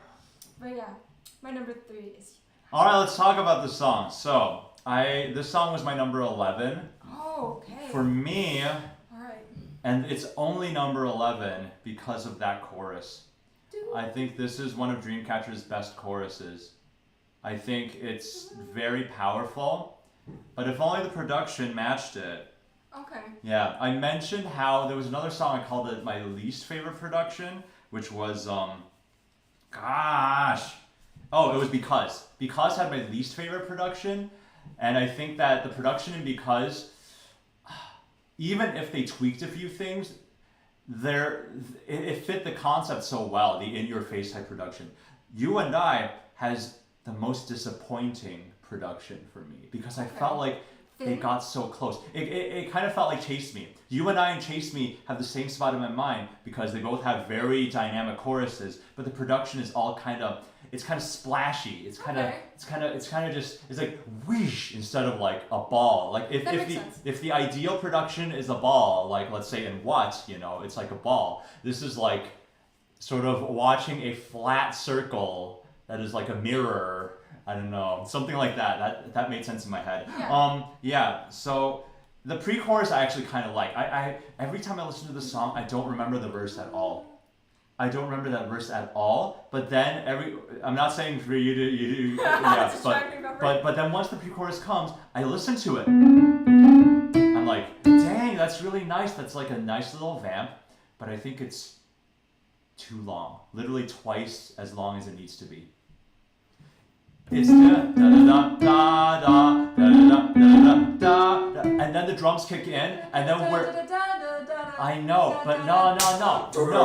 I know. See, they took twice as much time to do what any other Dreamcatcher song would have taken half the time to do. And see, if it hits, if you like that about it, that's fantastic, But for me, that line does not need repeating twice. I feel like after it repeats once, it served its function, and we can move on to the chorus. But even with the chorus, the instrumental sounded a tiny bit flat. I think this was the one where I watched it live at KCON, and then I heard the original song, and the difference in the sound was so clear. This was where the Dreamcatcher production sort of the commentary the began. commentary The began. hone It in, was the with focus. this song, but if there's a song that where the power of the chorus alone can convince me to like it more than any of the flaws that I think of it, it's this. Like this actually made it to number 11 just based on the chorus alone, because I think it is their definitive chorus.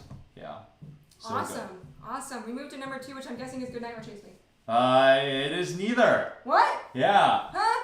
So you think my number 1 are Goodnight and Chase Me? Oh, yeah, or 1 and 2? What do you think my yeah, because that's what I the I OGs? listed. I said Chase Me, Goodnight, Odd Eye, You and I, Full Moon. I said you got some of the things were right, and that was Odd That Eye. was just But Odd let's keep Some going. of the things as in one thing? Okay. Wait. Let's try and guess. What's left? Is Okay, this you gonna mentioned be, that you don't like Eclipse unless you lied. Is this going to be a shock? I wouldn't full out Rose lie. Blue I have is to be left. crafty. You said Puri wasn't there, so we have Rose Blue left. We have Eclipse left.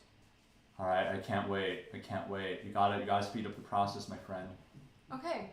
It's a song with a very different beat from any Dreamcatcher song. Rose Blue. One can even call it a shuffle beat. Scream! Scream! Oh, I forgot about Scream. Scream is number 2. Oh my goodness. And technically Scream should be number 1. But it's a stigma that I have. I think that especially Fly High is also one that we haven't done. yeah.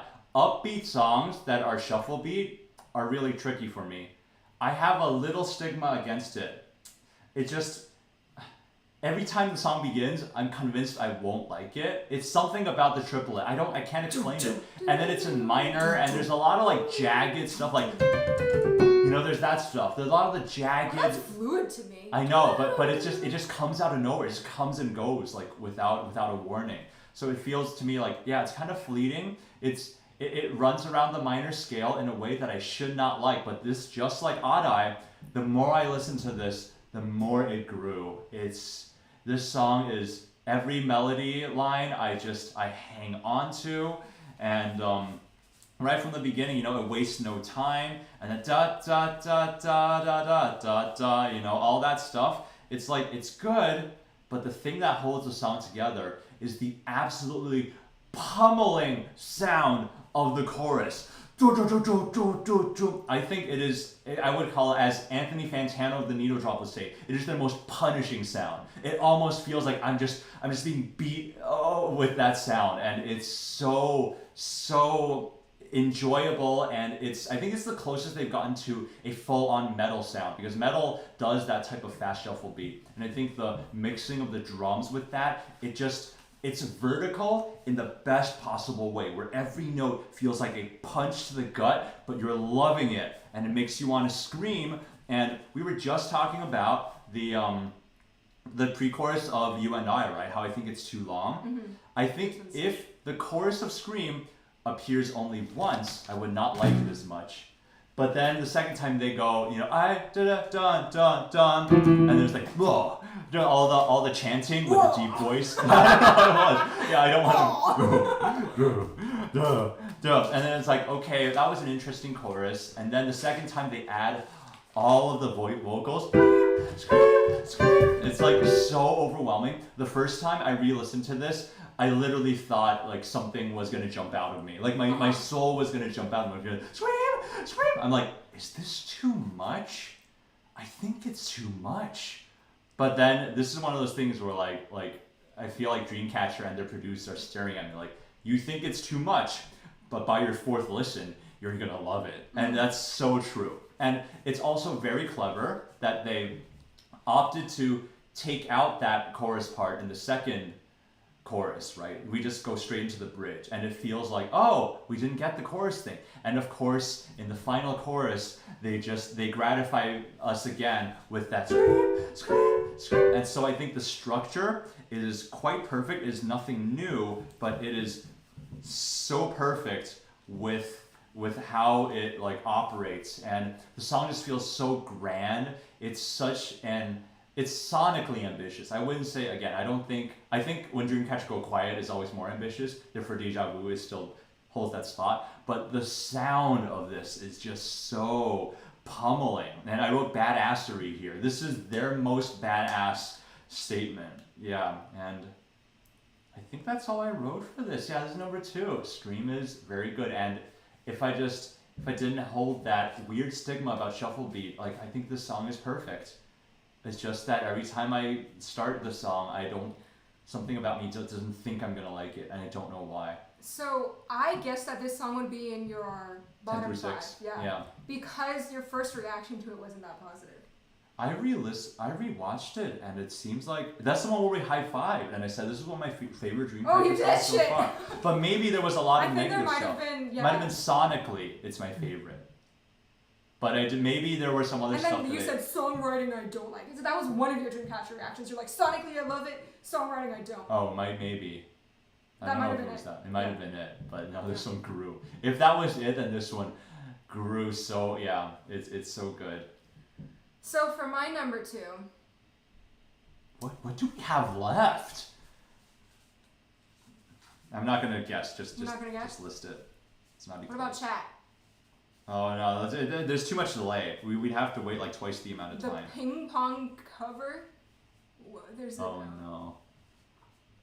No, it's not that.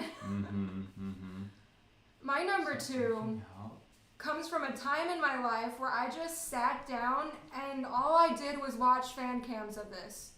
Holy crap. What is it? The Suits. Okay. Is chat gonna get it? Chat's gonna get it in 20 seconds. I think they were busking. Dreamcatcher were busking and they wore you're filling the time. That's good. Damn. I don't know. This is it's not Peary, is it? No, we talked about it. Yeah, I feel like everything we've talked about. This song in black and white. This is the first time they wore suits. Black and white was like the 5th time. Okay, congratulations, Esther. It's full moon. It's full moon. What? Nice. Okay, what about it? You got to tell me. You got to tell me why this one's so high. I'm struggling.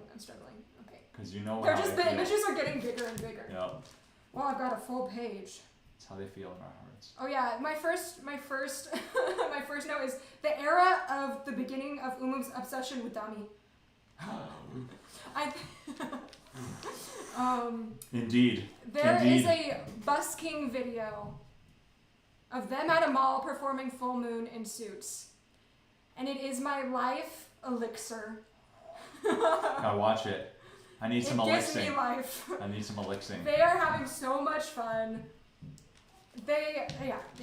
It's just such a joy to watch. Okay, there's no much. Full Moon was my number 8, I think. This song made me realize how much I enjoy hearing rap in pre-choruses. Baby, without you.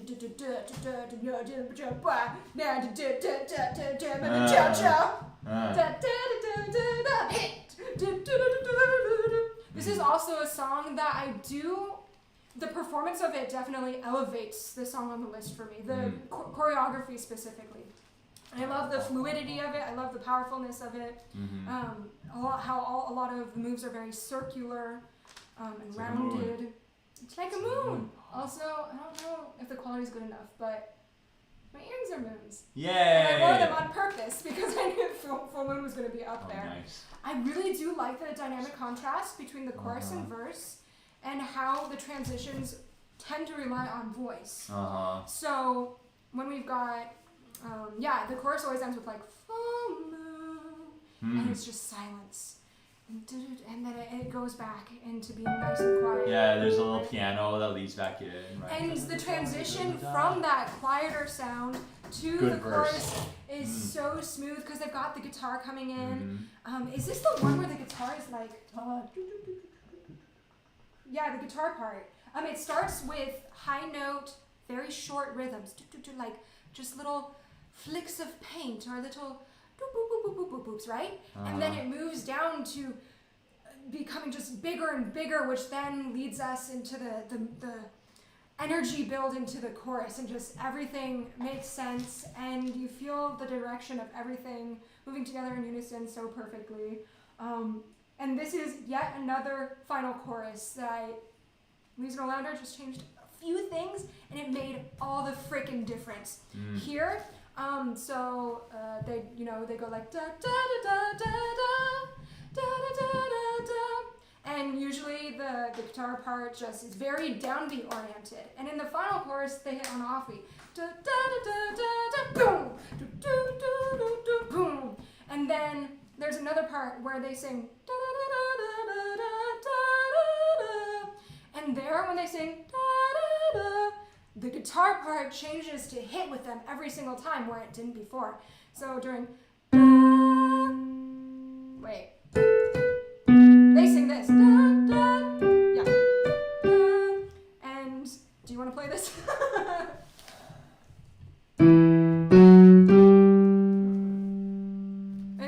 It goes B, D, G. Oh my goodness.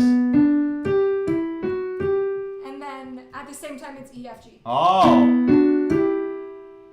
Okay, oh I see. Nice.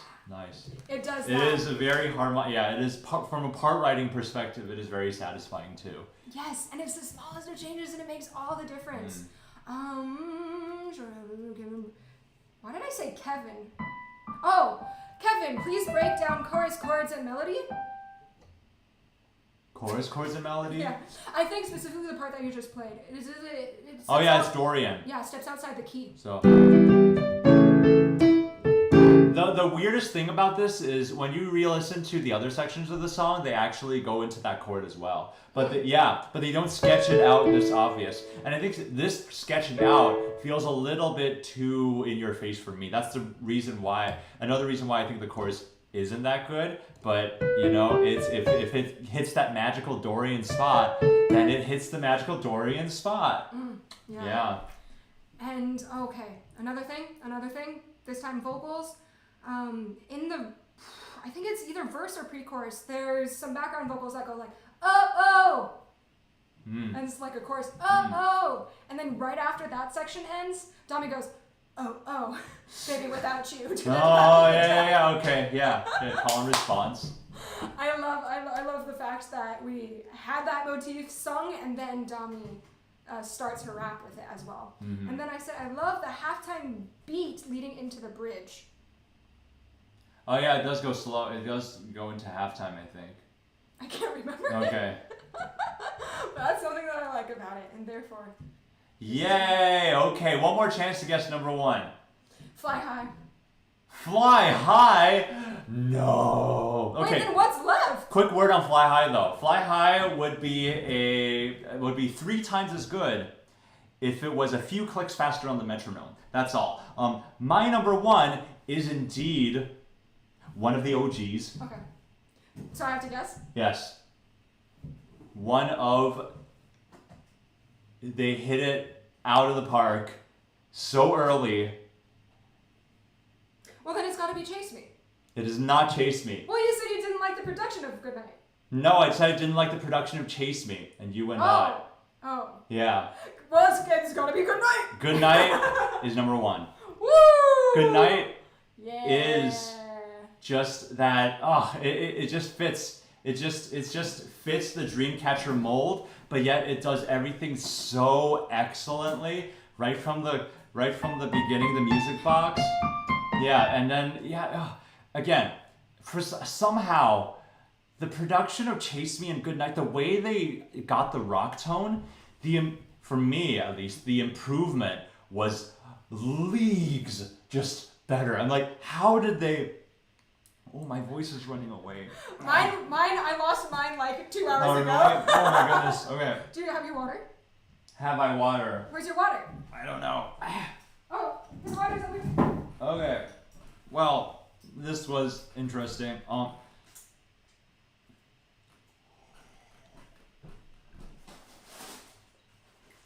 Yay. Okay, that does help. Thank you. That hits the spot.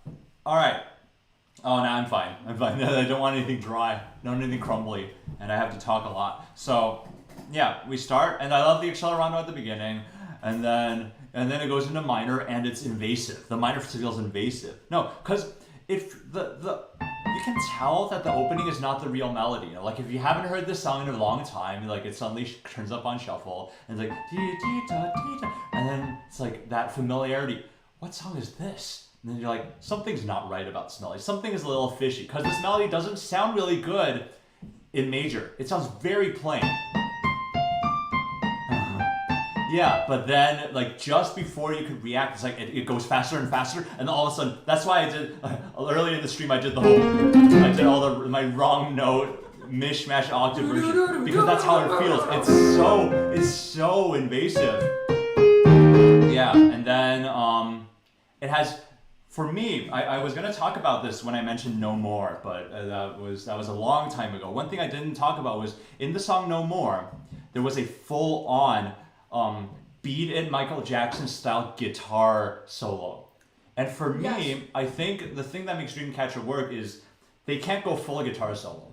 They either do something like in Boca, where in the second verse they do a little quick and then it stops. Just give me a hint of that rock. What is so fun? Is it the Oreo? I'm glad you're amused. Whoa! Whoa! Too much of that came back out. my editor who's watching the stream right now just said that the Oreo looks like my lips, so then I put it back in and it looks oh, let's go! You have nice teeth, Umu. Yeah, very, very unison. Okay. Yeah. But in this song, I think they used like a very virtuosic guitar twice. And the first time it was a bit more of a solo, and the second time was, I think, near the end, where it just is da da da da. It was a very simple gesture, but it reminded us of that hard rock, of that, you know, almost like a J-rock texture. And I think, yeah, this song, it's the perfect crossroads between that K-popness, like the K-pop, the alt sort of Evanescence style, you know, 90s rock, and then a lot of J-rock as well. And I think it just meets perfectly in the middle. And I'm gonna give my very, very slight nitpick. My very, very slight nitpick of this song is I think the scary now part is a little corny. The scary now in the second verse, the da ba da, but that's like what, 4 or 8 bars? Like it's easily, you know, glossed over. But it's still atmospheric. I get what they were doing, and I think it's overall successful. But just for me, the scary now is like, okay, cool, good job, good night. Yeah, you know, that's how I feel. Okay, I get it, the night theme, it's scary, but yeah, and it has the modal mixture where in the beginning they reference the major, and in the end, they first do the vocal filter and the last.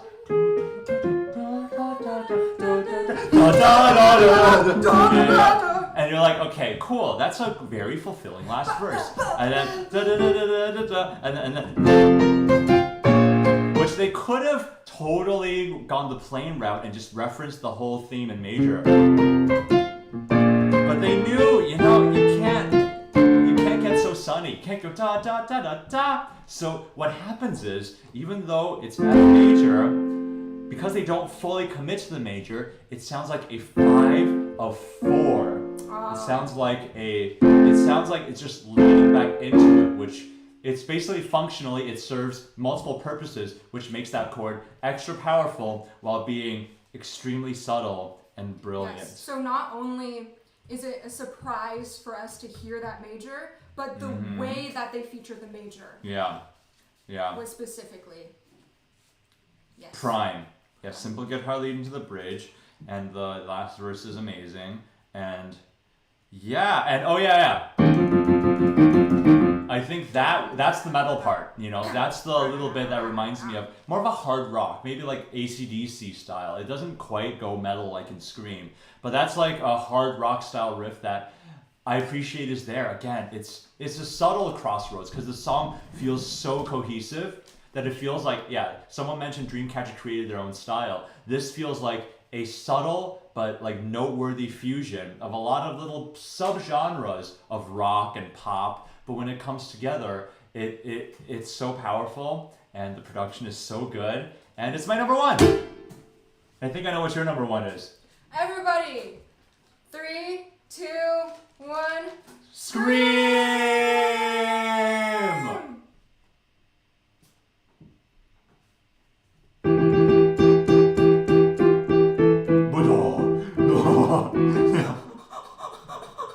No. Devil eyes come. Da-da-da-da.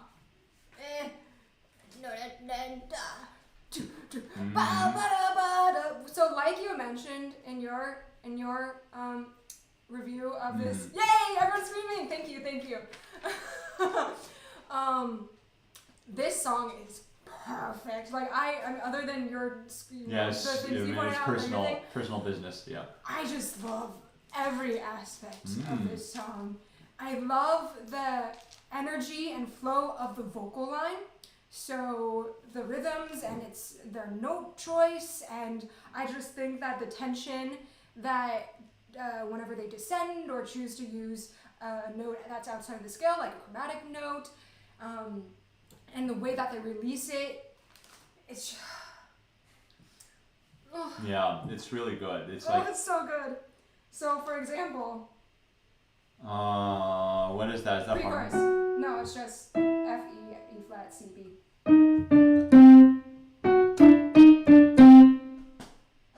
It doesn't sound right when I play it like that, but It's the pre-chorus leading up into the. Oh yeah, I know exactly what you're talking about. I know exactly what you're talking about. I can't quite. Leading up into the da da da da da. Yeah. It's like there's something like that. That sounds so bizarre. Whatever Bartok thing I'm playing right here does not sound like what you wrote. Full Moon is stuck in my head right now. Oh, So I'm like, there you go. no, now You and I is stuck in my head. Help! Wait, I think we need an emergency. Emergency. Emergency. We need to just. It's something. My brain. Oh, we're doing it. We're doing it. Just really quickly, I need to. It's your number one. You gotta. Oh. Oh. Da. No. It's.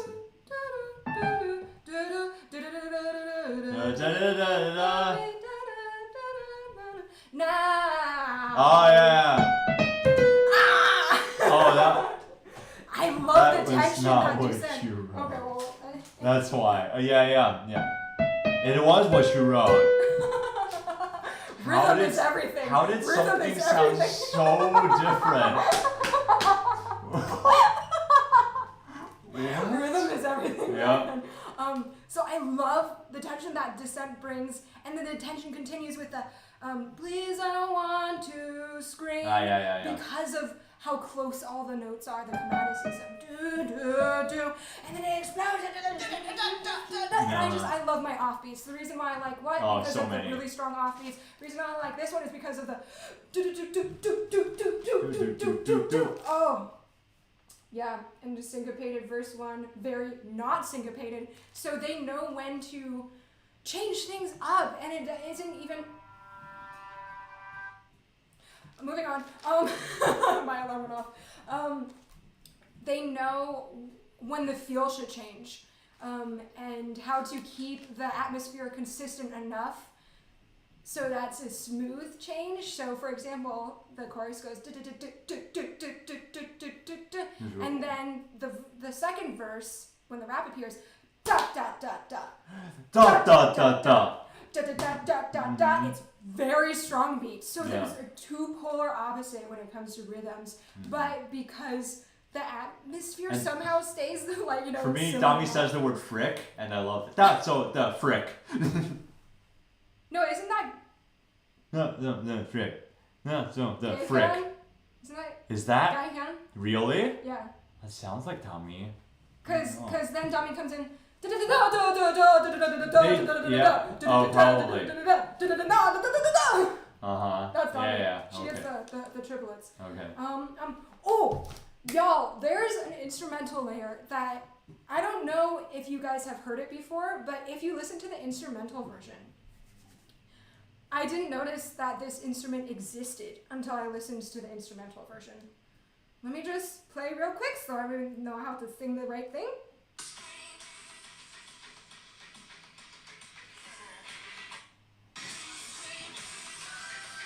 Oh my goodness. Really? There's a. And they only add that in the second half of the chorus, which I which think that's helps. Make that's the second why. half of the chorus exploding. That's more. why I like it. There's a secret reason. Yeah, there it is. There it is. The instrumental version is worth listening to, apparently. And then when they transition into Dami's verse, so when it goes from Gaihyun to Dami, there's a tongue roll. There's a oh really? yeah. So da da da da. Oh, maybe, yeah. That's such a fun moment. That I think it might be Dami along with one of the producers. Tongue roll. Please don't want to make you scream. Okay, so we're back to the melodic tension. Whew, so whenever that motif appears, da da da da da da. Usually the instrumental is silent. Sometimes it plays something. And every single time it appears, it's a little bit different, I feel like. Because there's I want to make you scream, and there's also please don't make you scream. Please don't want to make you scream. That could be what they say. Please don't want to make you scream. Is that what they say? Please don't make me scream. It's one of it does say please don't want to make you scream. Yeah. There's I want to make you scream, right? Uh-huh. And there's please don't want to make you scream. Help. I don't want to make you scream. Okay, and then I want to make you scream. I just want to make you scream. I just want to make you Please, I don't want to scream. Please, I don't want to scream. Yes, please I don't want to scream. Hey, grammar. Please don't want to make you scream. Please don't Was there like one extra syllable in your version? Please don't want to. Could work. Yeah, but there's ooh, here, you. Da, so this is the da. Oh, he's the same? Yeah, We're supposed to play the same. Oh.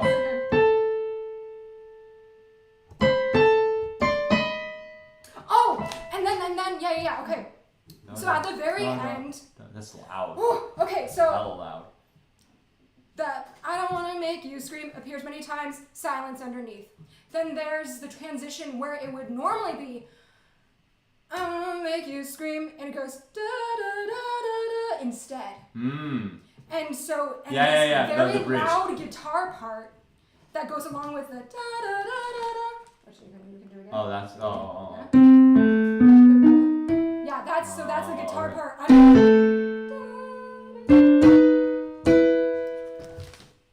And it makes that emphasis so much more, and it repeats. That same guitar part ends the entire song. Oh, and hello. It's a, I want to make you scream, but... Oh, they meet in unison. They meet. So the vocal line is da da da da da. That's some spicy writing right there. And the guitar part is da da da da. So it goes like da da da, meet, and then scream. Meet and greet. I don't know what's up with Kevin today, guys. I'm sorry.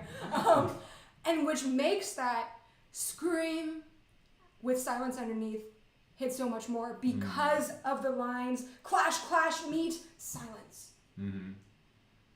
Yeah. And there's a little breathiness in her voice. Scream. Yeah, I think that last word was delivered perfectly. One of Daniel's stronger second verse reps. Cool. And then I say yes. This is definitely some of my favorite Dami raps.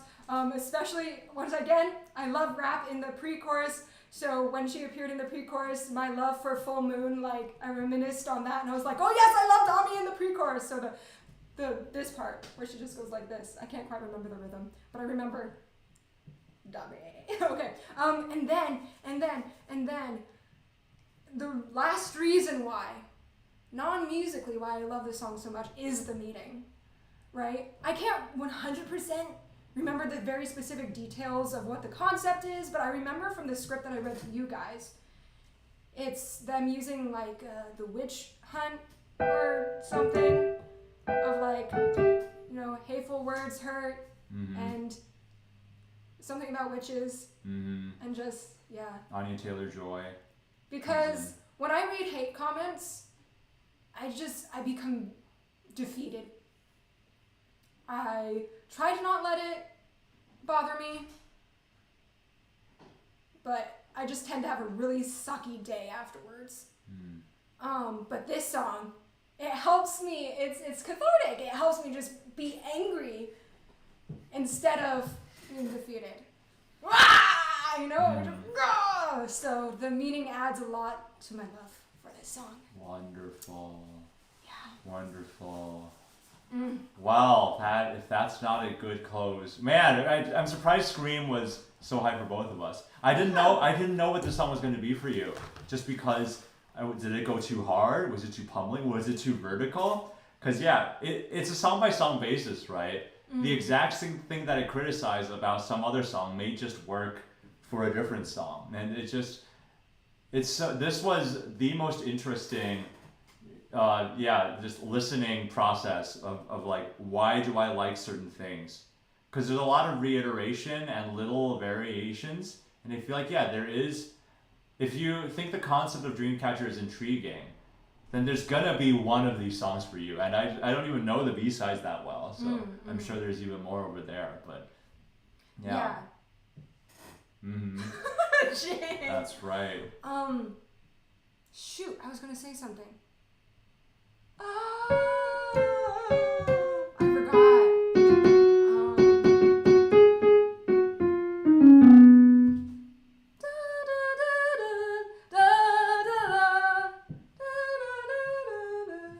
You've played Legend of Zelda. Sure. Oh, sure, yeah. A little bit. No More does sound like a Gerudo Valley. But yeah, okay. That was our song ranking live stream, and we do have time left over for a Q&A. If you guys want to ask us any other questions, I will make this bigger so I can see it. Ooh.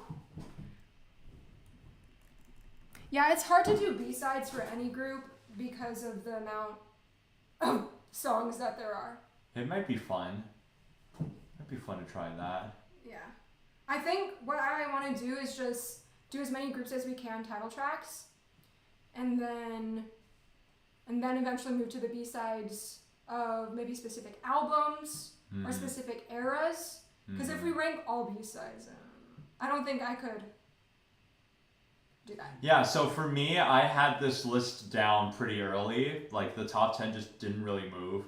But for Umu, she takes until the last minute to really know what order her list is. Because, on any given day... Because I'm a procrastinator. Also, on any given day, it could be different, you know.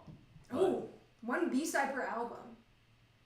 Yeah. Whoa, that's... I don't know if that's, like, meaningful, though, if we do one B-side per album. I'd rather just talk about the music as, like... Because what if there's a B-side on an album, like, no single B-side that I like from an album? Right. What's the go-to song to recommend to a new listener for Dreamcatcher specifically, or K-pop? We could do, I think, probably Dreamcatcher, since that's Dreamcatcher? the topic. I'm going to go with my number one, which is Good Night. I think Good Night gives you all the essentials. Yeah, starter kit. What would be my least favorite title track? I already named it. It was Puri. Yeah, man. It's so different. I think it's their strangest song still. It's just so different. But it's like the different that makes me go, what? My least favorite is Breaking Down. Yeah! Like I said, if you love it, and I'm very happy for you. Breaking Out. Janin Nawarshir. Wait, I missed it. What are they answering? We are answering any questions you can throw at us because we are done with our rating, and we're here just to hang out with you guys. Yeah. I'm gonna see. Yes. Two React to the K reactors are actually gonna see Dreamcatcher on their live tour. I'm gonna see them in LA, and Cloud is going to see them in Chicago. Oh, yo, amazing. Oh wait, is it not called Breaking Out? It's called Breaking Out. It's called Breaking Out. But you were like breaking down. Oh, breaking free. Oh no.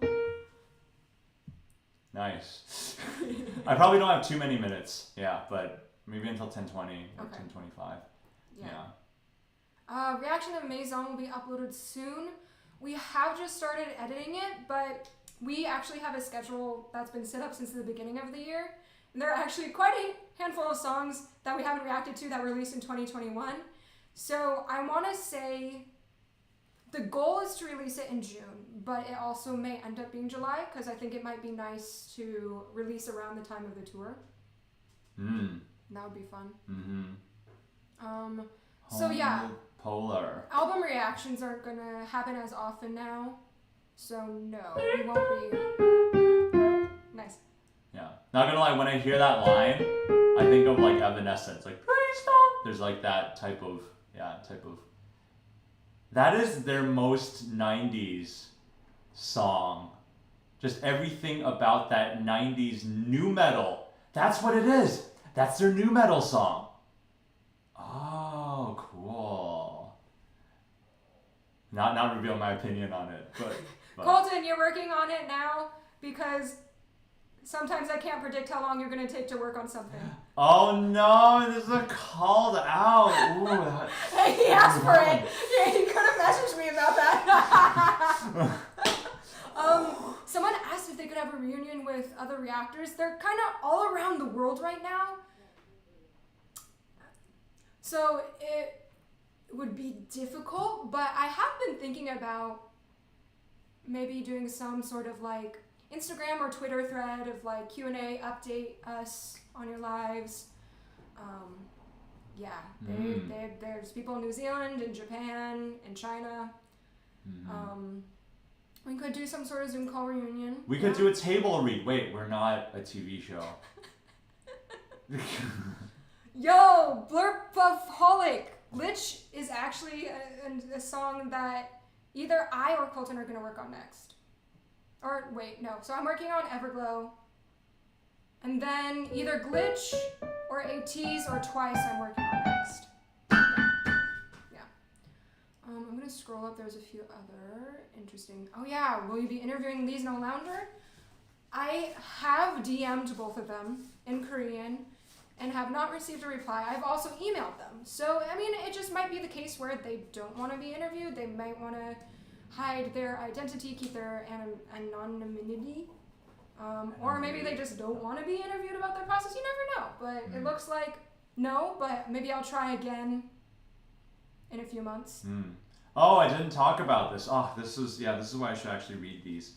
I talked about whether a Dreamcatcher song is like a good sound, a bad sound, but the best Dreamcatcher rock sound is what? Ooh. Yeah. And then they scream a lot, and it's they kind of go against that a little bit in that own song. But every other moment in what is my favorite rock sound that Dreamcatcher has ever come up with. Yeah, to answer that first question, which Dreamcatcher song would we use to introduce someone to them? It would probably be Chase Me or Scream for me. Just hit him. Hit him where it hurts. Or so we have a percussionist reactor, Liam, who recently, after reacting to Because, Maison, and one other. Did he react to one other? He might have reacted. No, he wasn't on the channel for Boca. But I think he also discovered Chase Me while listening to my playlist of things.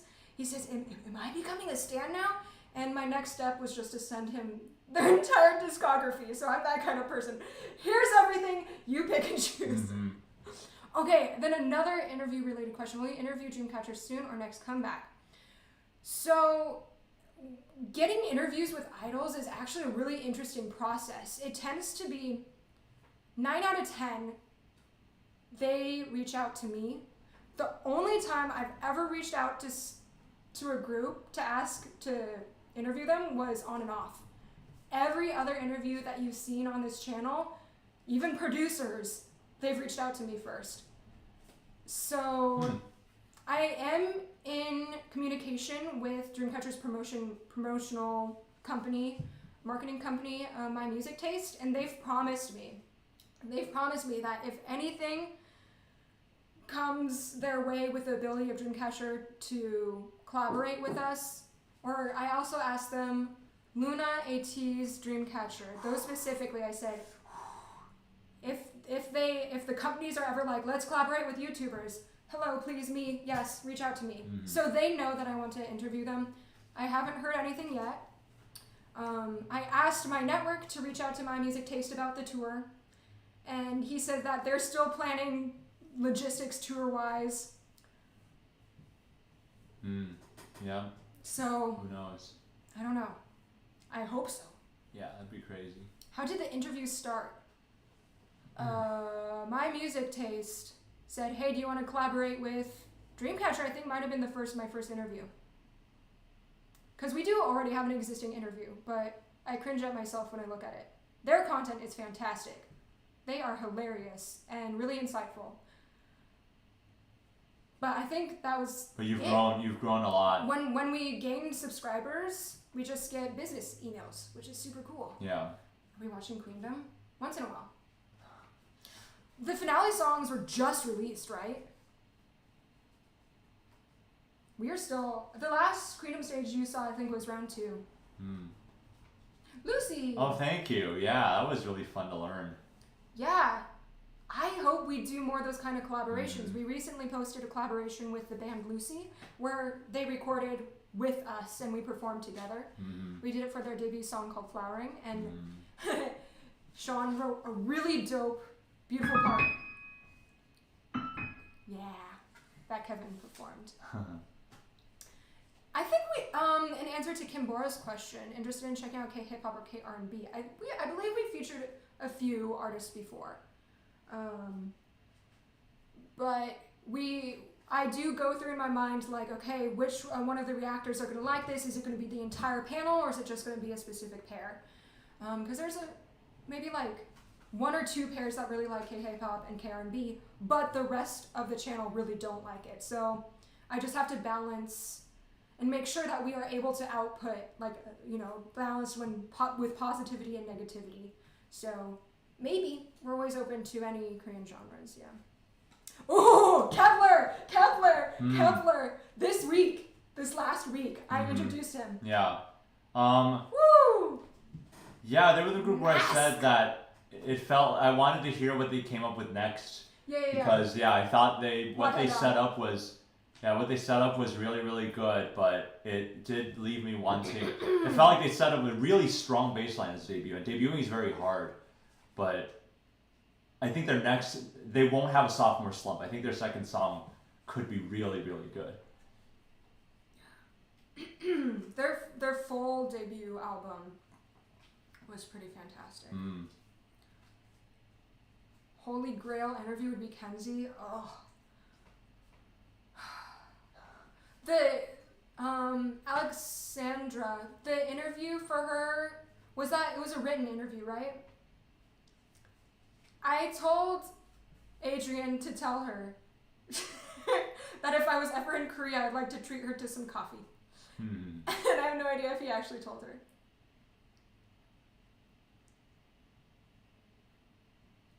Ooh, yeah. Queen Kenzie, SM Entertainment, Berkeley, graduate.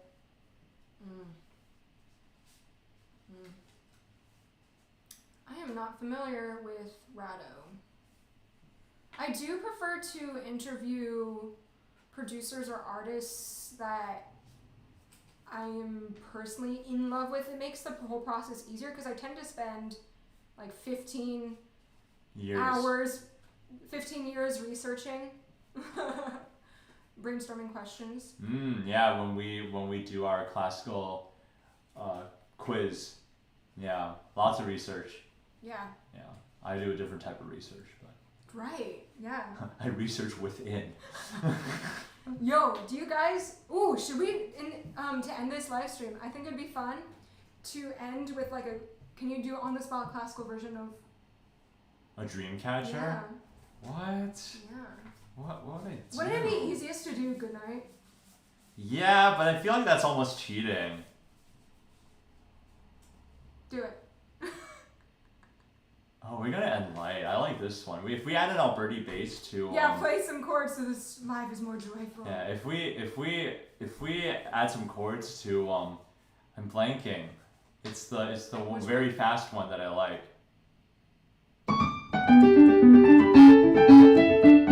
Oh, is that? Yeah. I forgot how it goes. Oh, right. It goes into minor, right? And then we could go like, I don't know. What? Little grace notes. Yeah. That's so cute. I mean that sounds a bit more jazzy, but we could go like a swingy like.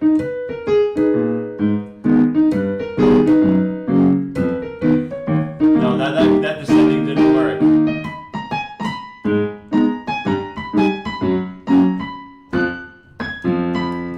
Oh no, my ear isn't on. I've talked about K-pop for too long. This stream has made my improvisation skills. Yeah, sometimes talking and playing are like two different parts of my brain, and if I do too much of one thing, I can't do the other. Yeah, now my talking is pretty good, so my playing is not great. And if I play too much, like if you catch me after a long practice session, there are no words. Yep. Oh. He's not very familiar with the B-side songs. Hey. Let's end with good night. Even though it's cheating, let's end with good night. Maybe like, can you turn it into a classical? Could do if you do ballad? imitation.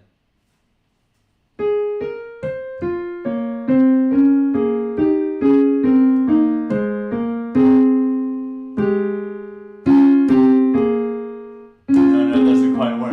But you can hear how it comes in. Yeah, that's interesting.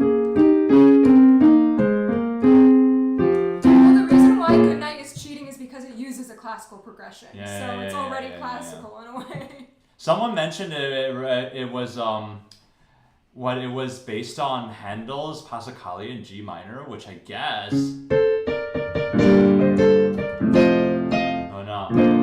Oh no, I can't play piano right now. What? This should be a piece of cake. But someone's saying that it's 4 a.m. and it's a good lullaby, and you're like, ah! Yeah. Sorry for waking I don't know.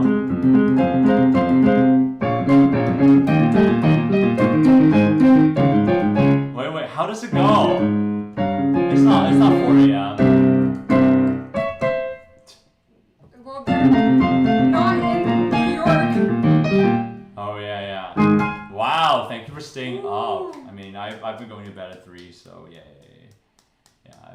I like the no, drunk Kevin is not like this. Yeah, no. He's not drunk, everyone. Yeah. It's 5 a.m. Whoa. Well, then I think it's maybe a good time to say goodnight. What piece is this? That was Goodnight by Dreamcatcher. That was the classical version of Dreamcatcher's Goodnight.